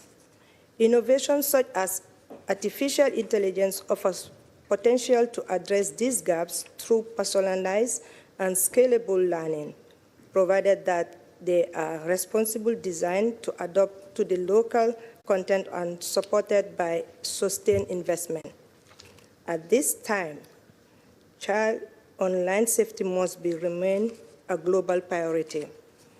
Children face risks including cyberbullying, exploitation, and misinformation. The Gambia supports child-safe digital platforms is committed to strengthening our child protection frameworks and calls for collective global actions to safeguard children in a digital space. It is equally important to recognize that access to technology alone is not enough, and that we must equip children with digital skills to participate confidently and creatively in the digital economy. In the Gambia, we are expanding digital literacy in our national curricula and creating opportunities through e-learning platforms and school management systems.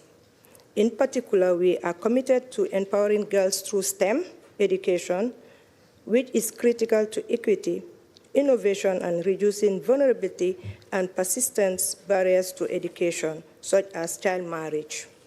Ladies and gentlemen, despite our efforts, no country can achieve this transformation into the digital world alone.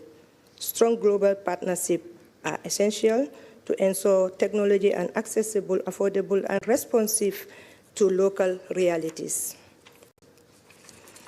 Through leadership and innovation, we can build education systems that are inclusive, strong, and capable of preparing children everywhere for the opportunities of the digital age. As First Ladies and as mothers to our children across the world, the future is shaped by the choices we make today. The Gambia remains committed to advancing child well-being in the digital age, and I am confident that together we can ensure that every child can learn, grow, and strive in our safe, shared digital future. I thank you. Thank you, Madam. Now I'm very pleased to welcome the First Lady of Montenegro, Mrs. Milena Milatovic. Thank you very much. Esteemed First Ladies and gentlemen, dear partners, it is a great honor for Montenegro to participate in this summit and to contribute to global dialogue on how technology can help children learn and grow safely in the digital age. Let me therefore thank to our host, the First Lady of the United States, for having us here today. In Montenegro, we believe that digital transformation in education is not only about technology. It is about empowering children with the skills, creativity, and confidence they need to shape their future. To support this vision, Montenegro is focusing on 3 key priorities: strengthening digital infrastructure in schools, developing digital competencies for teachers, and creating a comprehensive and inclusive digital learning ecosystem. One of the most important initiatives within this transformation is the Digital School Platform. What started as a response to the challenges of the COVID-19 pandemics has today evolved into a national digital learning environment, providing thousands of online courses. At the same time, we are transforming schools through EdTech laboratories. These innovative learning spaces allow students to explore robotics, programming, and artificial intelligence. But we all know that technology alone cannot transform education. Teachers play the central role. That is why Montenegro has developed a national framework for digital competencies for teachers and launched training programs. Teachers gain skills and confidence needed to integrate digital tools into everyday learning. We also recognize that digital transformation must be inclusive. Our initiatives aim to ensure that every child, regardless of background, gender, or ability, has access to digital learning opportunities. In particular, we encourage girls to participate in STEM programs, and I am personally very proud of it, and to see themselves as future innovators and leaders. Finally, as we introduced advanced technologies into education, we prioritize digital safety and ethical use of technology. Dear friends, Montenegro looks forward to working together with all of you our global partners through this coalition. By sharing knowledge, building partnerships, and supporting innovation, we can ensure that technology truly serves the best interest of every child. Thank you. Thank you so much, Madam. Now I'm pleased to introduce the First Lady of the Republic of Paraguay, Her Excellency Leticia Ocampos de Peña. Good morning. Muy buenos días a todos. I will speak in Spanish also. I would like to extend my greetings to Her Excellency Melania Trump, First Lady of the U.S., and I would like to thank her for bringing us together. First Ladies, First Gentlemen, and representatives of all countries present.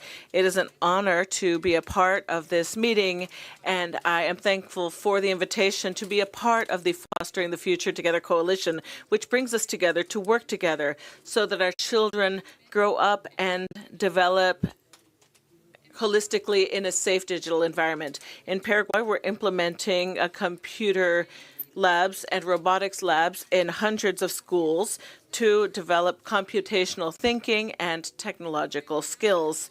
With our Connected Youth program, we will connect thousands of young people in AI, promoting inclusion and opportunities. We understand the importance of responsibly using technology. That is why we created a law to regulate the use of mobile devices in schools. We are also investing in training teachers to strengthen their role as guides in using information safely and ethically. We also know that technology in and of itself is not enough. In order to learn, a child needs to be well-fed and cared for.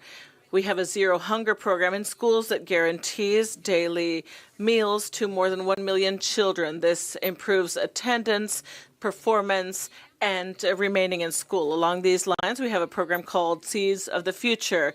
This is with families for the first 1,000 days of a children's life, promoting early education for all children. Health, early education, and working along with families is of utmost importance. We want to build the foundation for all human beings so that technology has fertile ground on which to grow. Paraguay is promoting a law for the holistic protection of the rights of children in the digital space. This is based on the principles of security from its design. This is complemented by a national observatory, strategic intelligence center that assesses risks such as cyberbullying, and there is quick intervention facing digital threats to strengthen the safety of our children online. Fostering the future is key for international integration. Digital technology has no borders, and protecting children must be a shared global responsibility. In Paraguay, we reaffirm our commitment to working together so that technology translates into more opportunities, more education, and more protection for our children. Thank you all very much.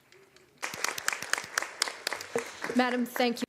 Muchísimas gracias. Ahora me complace presentarles a la primera dama de la República de Senegal, Su Excelencia Marie Koné Faye.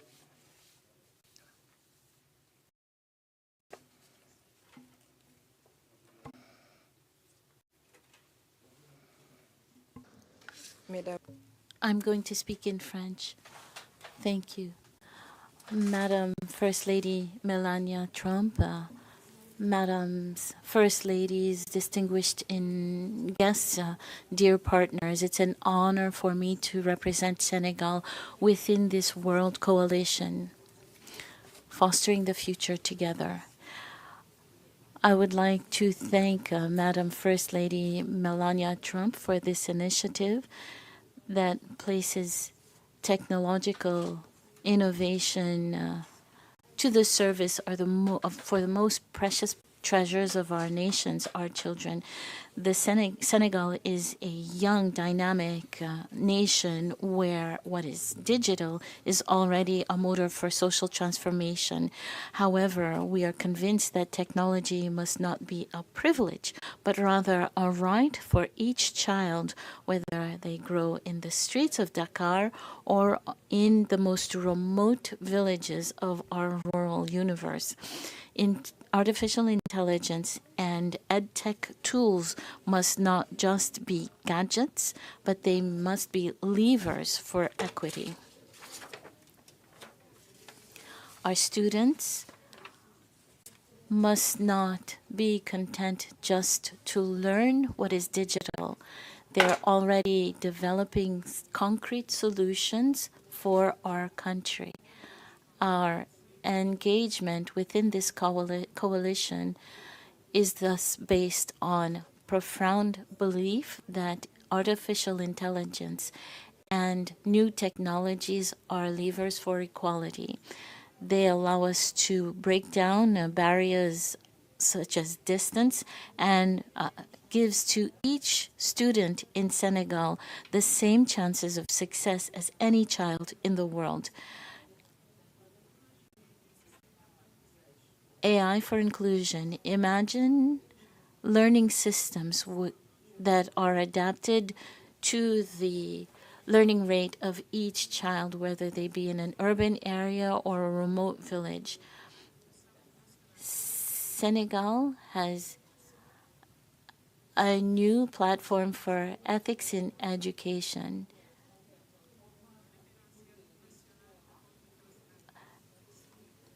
A skills center for where each child should have the know-how to deal with these technologies. Digital literacy, we do not wish only for our children to use technology. We wish for them to understand it, create a generation of creators and not just of simple consumers. This is our priority. This is why we have integrated digital literacy for the youngest students so that each girl and each boy can learn, grow, and prosper. Ladies and gentlemen, the digital world has no borders. No country can protect itself on its own.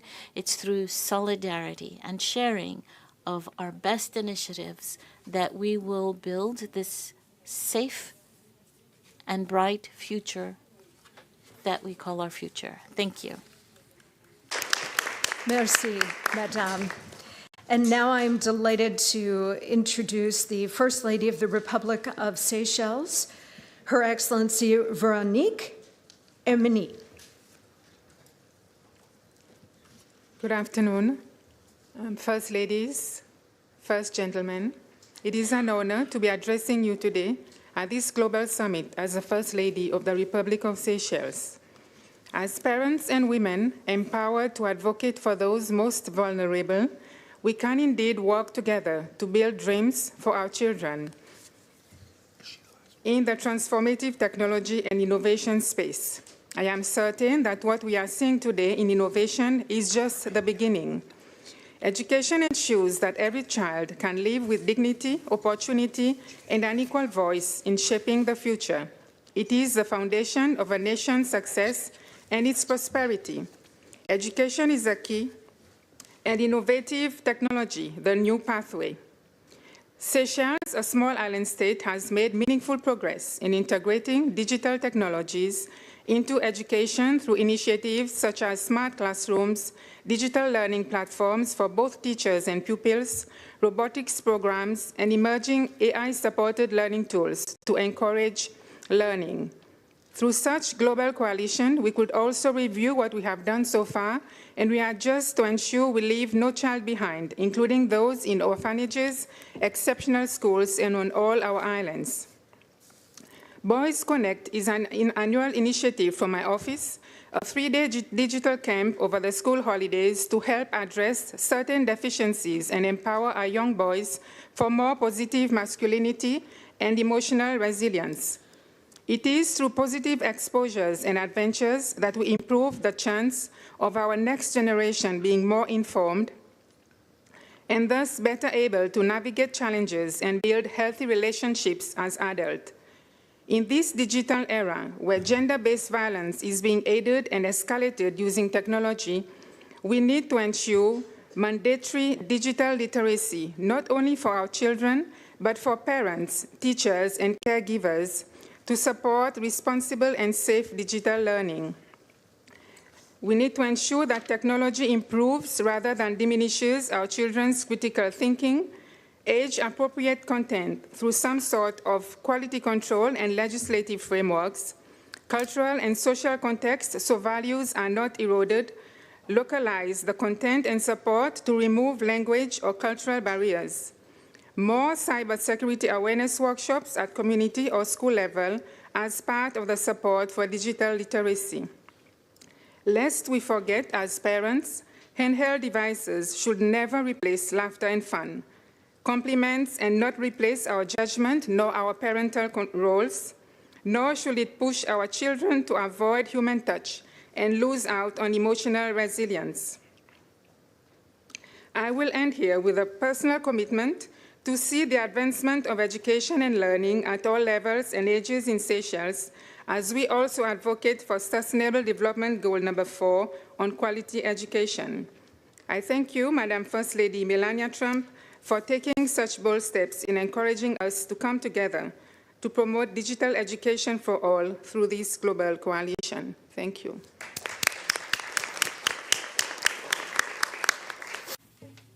And lastly, in this topic, I am pleased to invite the First Lady of the plurinational state of Bolivia, Her Excellency Maria Elena Orquídez.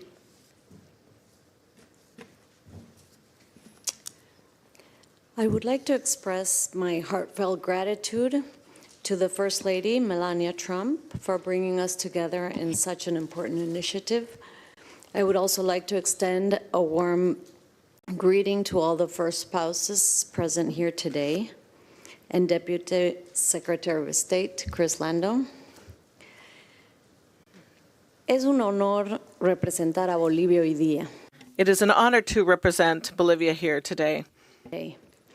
A country that is diverse, resilient, and full of history, but above all, full of people who move forward every day with strength and dignity. Bolivia is not just a place on the map. It is a living reality shaped by families who struggle, by children who dream big, and by women who carry their homes, their communities, and their future on their shoulders. And it is from that real Bolivia, not from theory, that I want to speak to you today. Today, the world talks about artificial intelligence, innovation, and the future. But Bolivia, for many, the conversation starts much earlier. It starts with something more basic, more urgent, more human. It starts with a simple question: how do we access? Because for thousands of children, young people, and women, the challenge is not how to use the technologies of the future. It is whether they will ever be able to touch them at all. In our country, having a device or access to the internet is still, for many families, a luxury. There are homes where the digital world is not a part of daily life, not because they do not want it, but because they simply cannot afford it.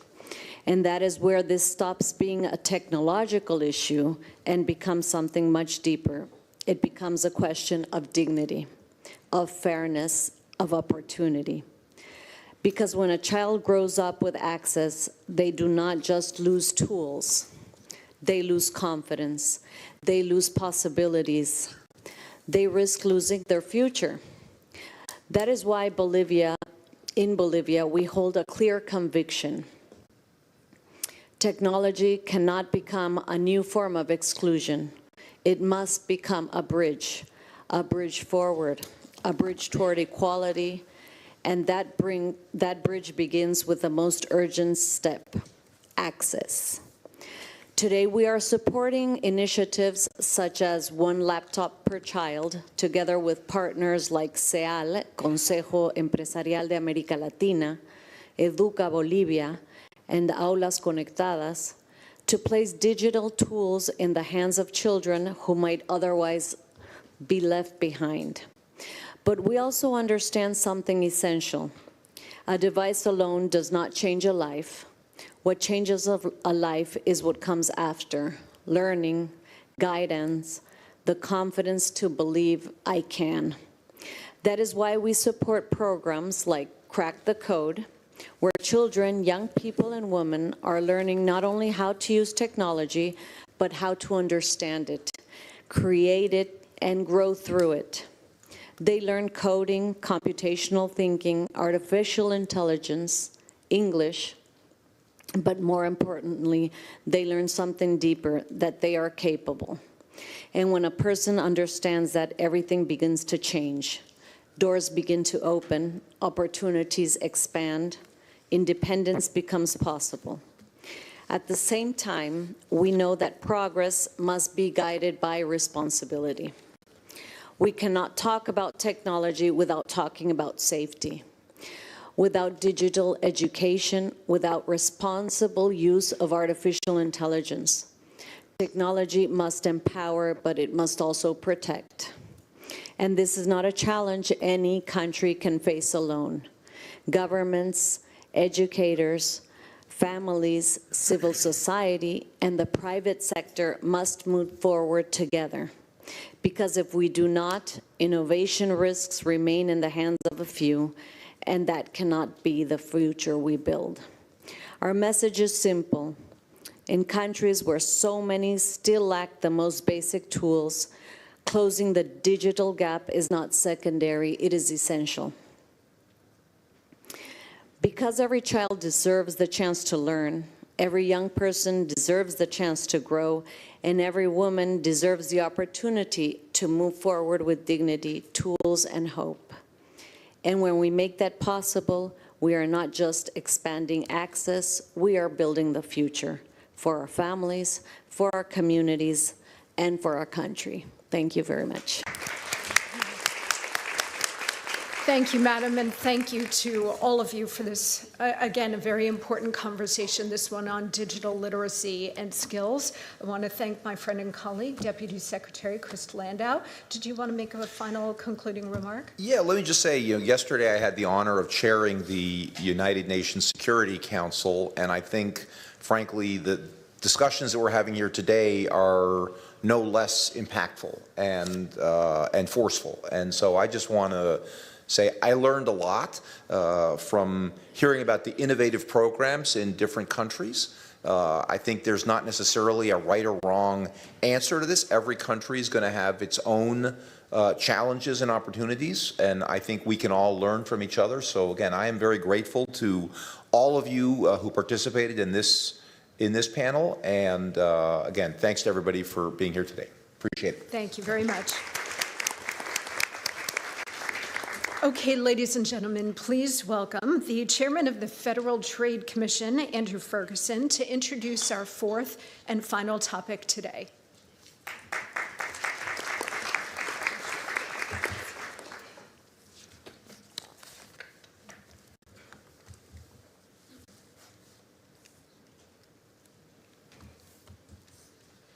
Good afternoon, Ambassador Crowley. I am incredibly grateful to the First Lady of the United States, Mrs. Melania Trump, for this invitation, and I am extremely pleased to be here among this assemblage of prestigious guests from across the world, and I am very grateful for the opportunity to hear from all of you about how you are addressing the prospects and challenges of AI in your unique countries, for your unique peoples and your unique institutions, but also bearing in mind that these prospects and challenges are ones we share in common as mankind. The AI age offers immense benefits for learning, connection, communication, opportunity, but it also presents real challenges for child safety.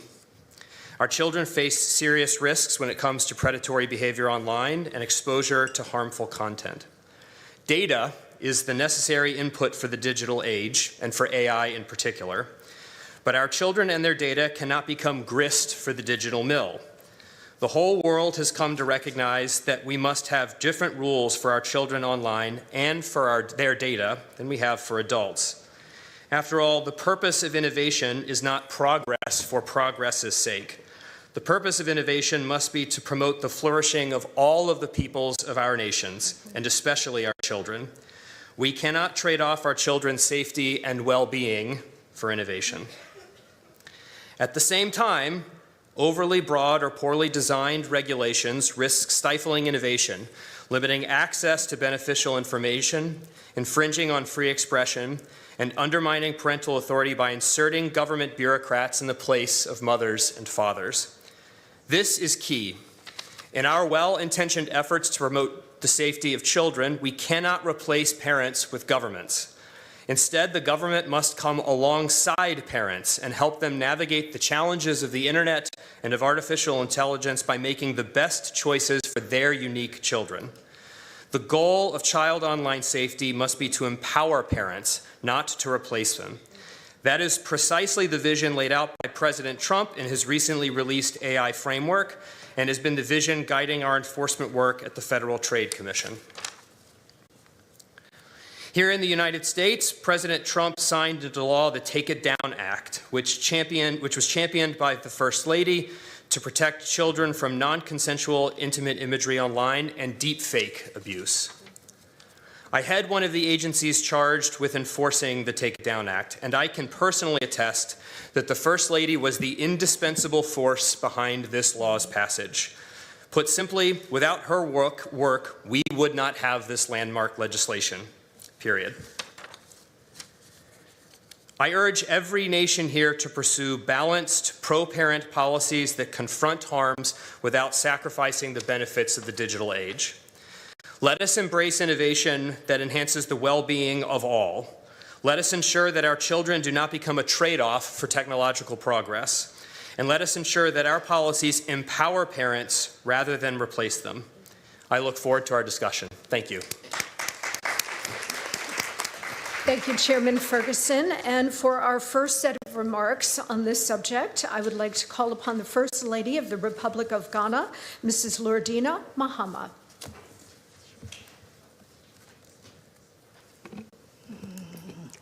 Thank you. Your Excellencies, invited guests, good afternoon to everyone. Thank you, Mrs. Trump, for bringing us together to discuss and commit to protecting children in our digital age. Allow me to share something personal. On the 6th of March, Ghana celebrated 69 years of independence. That day was also my birthday. I went online to read my messages. I must confess, I am an avid talker. I watched video after video because dancing, celebration in our Independence Day, and heartfelt birthday wishes of hope and love. Many came from young people who could not attend our national celebrations, but technology gave them a voice. They stood confidently before their cameras, spoke with such grace, sent prayers and encouragement from every corner of Ghana. Indeed, our world has changed dramatically, especially for our children. Nearly 7 out of every 10 persons use social media. In Ghana, 8 to 15 million persons online are mostly young. As my husband, President Mahama, said during our independence celebration, our children belong to a generation armed with tools earlier generations could hardly imagine. In their hands, a smartphone becomes a classroom, a business platform, a creative studio, and a gateway to the global economy. However, this same technology that opens doors can also be harmful. Without proper guidance, our children are vulnerable. This is why Ghana has been investing in our children's digital future, not just with access, but with protection. It is sad that 1 in 5 young victims of cyberbullying skip school because of their experience online. No child should face such harm. In Ghana, we have strengthened our laws, enforced protection, and launched the Safer Digital Ghana campaign to raise awareness and prevent abuse. We are securing the future of our children. It is moral duty. It is our generational responsibility. It is our shared global mission. Thank you for your attention. Thank you very much, Madam. And now I'm very pleased to welcome the spouse of the Prime Minister of the State of Israel, Mrs. Sarah Netanyahu.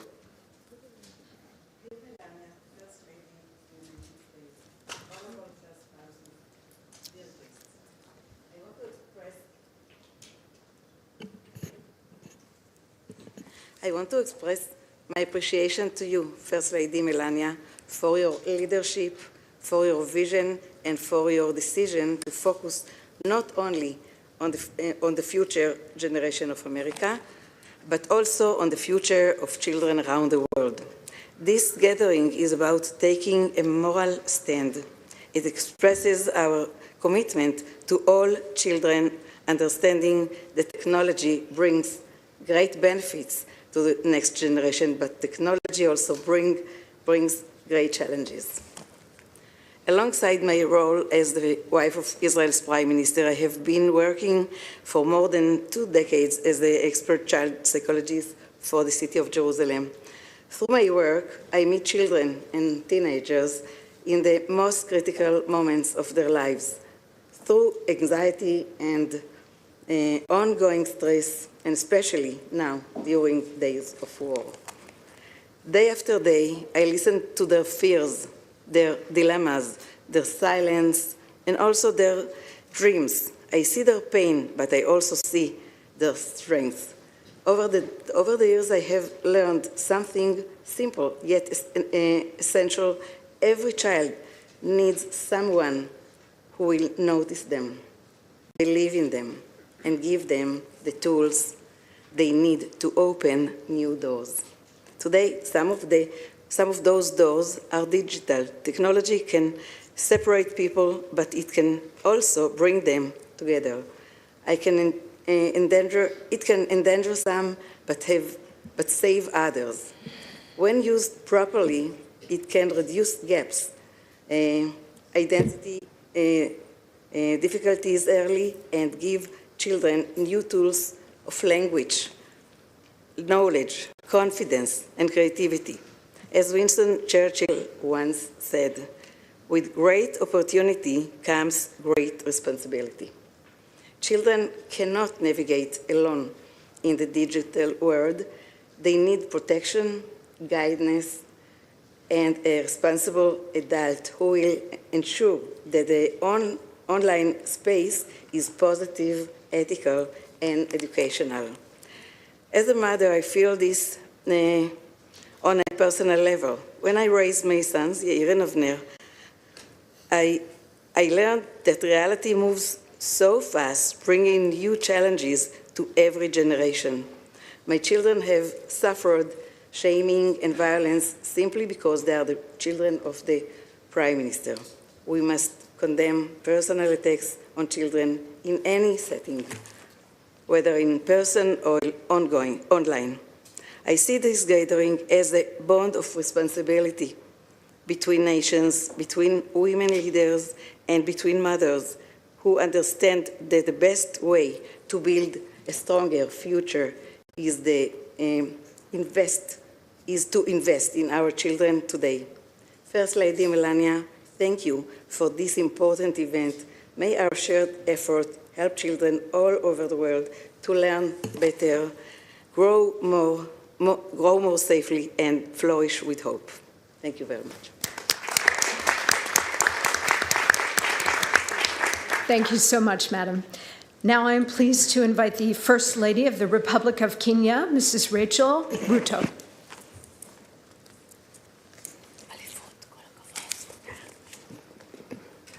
Distinguished first spouses, ladies and gentlemen, good afternoon.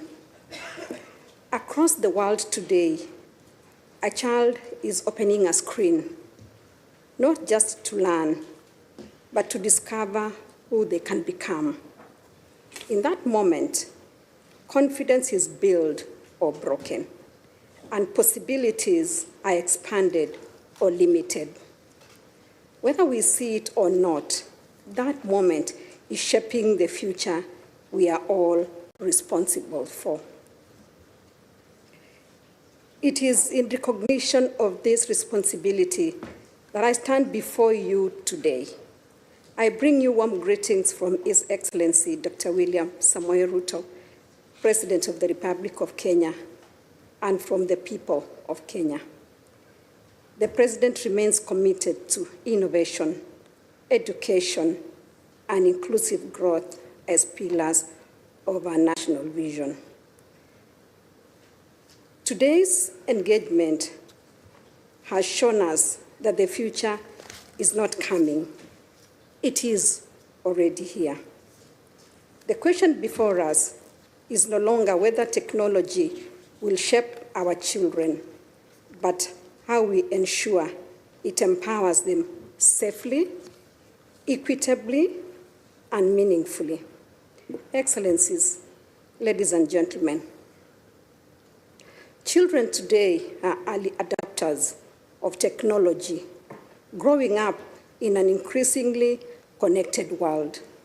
In Kenya, mobile phone access is nearly universal, with over 90% of households connected, while internet usage continues to grow, reaching around 40% of the population, highlighting the scale of digital access shaping children's experiences.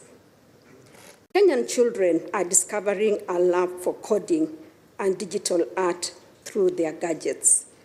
They are creating animations, designing apps, composing music, and sharing their work with the world. One remarkable example is Argo, Africa's first public environmental augmented reality game developed by Kenyan artist Joanna Olwoch with input from young people. It brings wildlife to life through interactive storytelling, showing how local innovation can inspire global audiences. Excellencies, allow me to briefly highlight Kenya's digital journey. Kenya has made deliberate strides to position itself as a leader in the digital age. We have launched the National AI Strategy 2025-2030, anchored within our Vision 2030 Knowledge Economy pillar to guide responsible and inclusive innovation.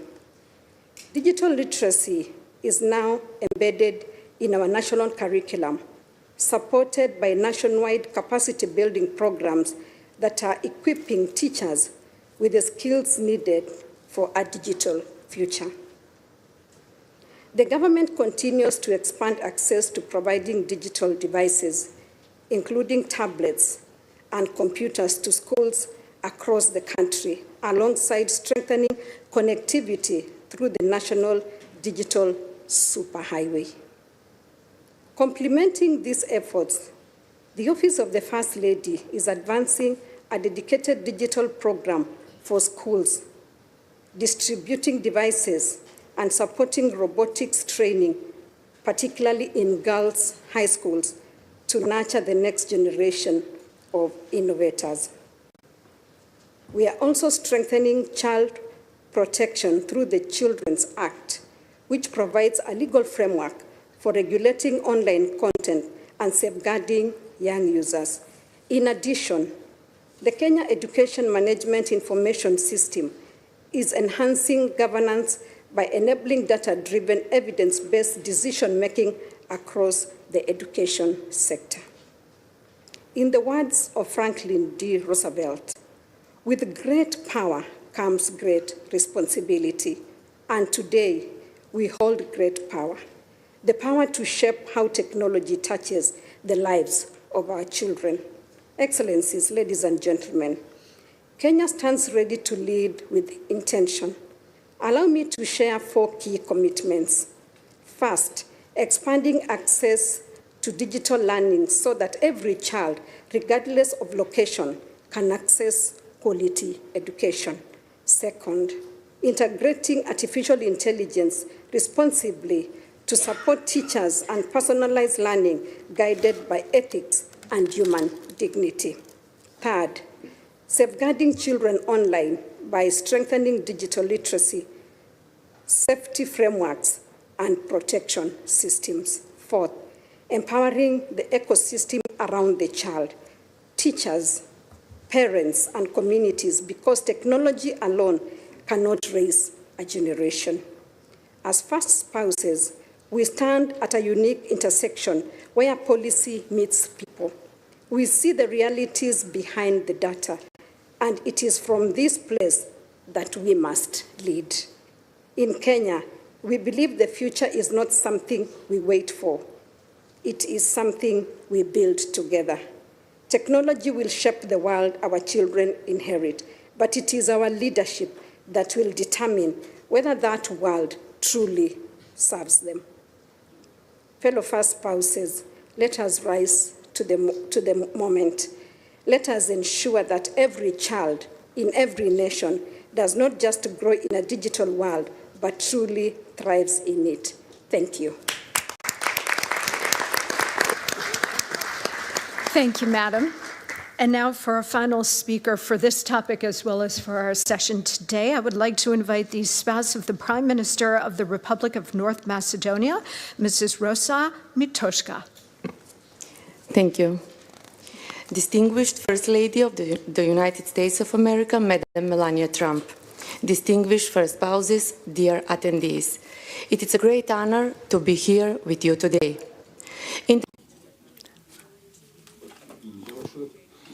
The way in which children learn, communicate, and build their future changes faster than ever. Technology opens new opportunities for knowledge, creativity,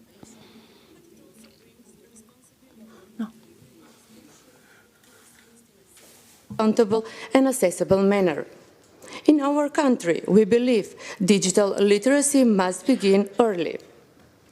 Our goal is for young people not only to use technology, but to understand it, think critically about it, and use it to solve real-life problems. A key step in this direction is the 21st Century Schools program, implemented in partnership with international organizations and the private sector. Today, 341 primary schools and nearly 1,900 teachers in our country are part of this initiative, providing students with modern learning tools, including over 10,000 microbit programming devices. Through this program, children develop logical thinking, creativity, and problem-solving skills essential for the future. However, digital skills must go hand in hand with digital safety. That is why we are establishing MK SafeNet, the first national safer internet center, as part of the European network of safer internet centers. This project brings together institutions, universities, civil society, and the private sector with one common goal: to create a safer online environment for children. Through educational program, 24/7 helpline, school workshops, and support for parents and teachers, MK SafeNet helps children learn how to recognize online risks, protect their personal data, and use technology responsibly. As a high school teacher, my vision is clear. Technology must be a tool that empowers young people, not a risk that endangers them. That is why cooperation is essential among governments, schools, parents, technology companies, and the international community to build a digital world where every child can learn safely and reach their full potential. Allow me to express my sincere gratitude to our host, the First Lady of the United States of America, Madam Melania Trump, for this important initiative and for bringing us together around shared values. Thank you for your attention. Thank you so much, Madam. And that you have all, over the course of today, mentioned online safety and protection for our children. So this particular conversation is vitally important, and I want to thank you all for your contributions, not just to this part of today's program, but to the entire program today, and of course, looking forward to tomorrow. I also want to thank Chairman Ferguson for being here as well. For spouses and distinguished guests, your next engagement will be a lunch program upstairs in the Benjamin Franklin Room at 1 p.m. I invite you now to use the next few moments. You have about 25 minutes before lunch to visit the Technology Expo that's located just around the corner in the exhibit hall. It's fascinating, a lot of really interesting pieces of technology, also very interactive. So please, we invite you to go and explore that. And when you're finished, please proceed to the elevators near the C Street lobby, and you will be escorted upstairs for lunch. Thank you so much.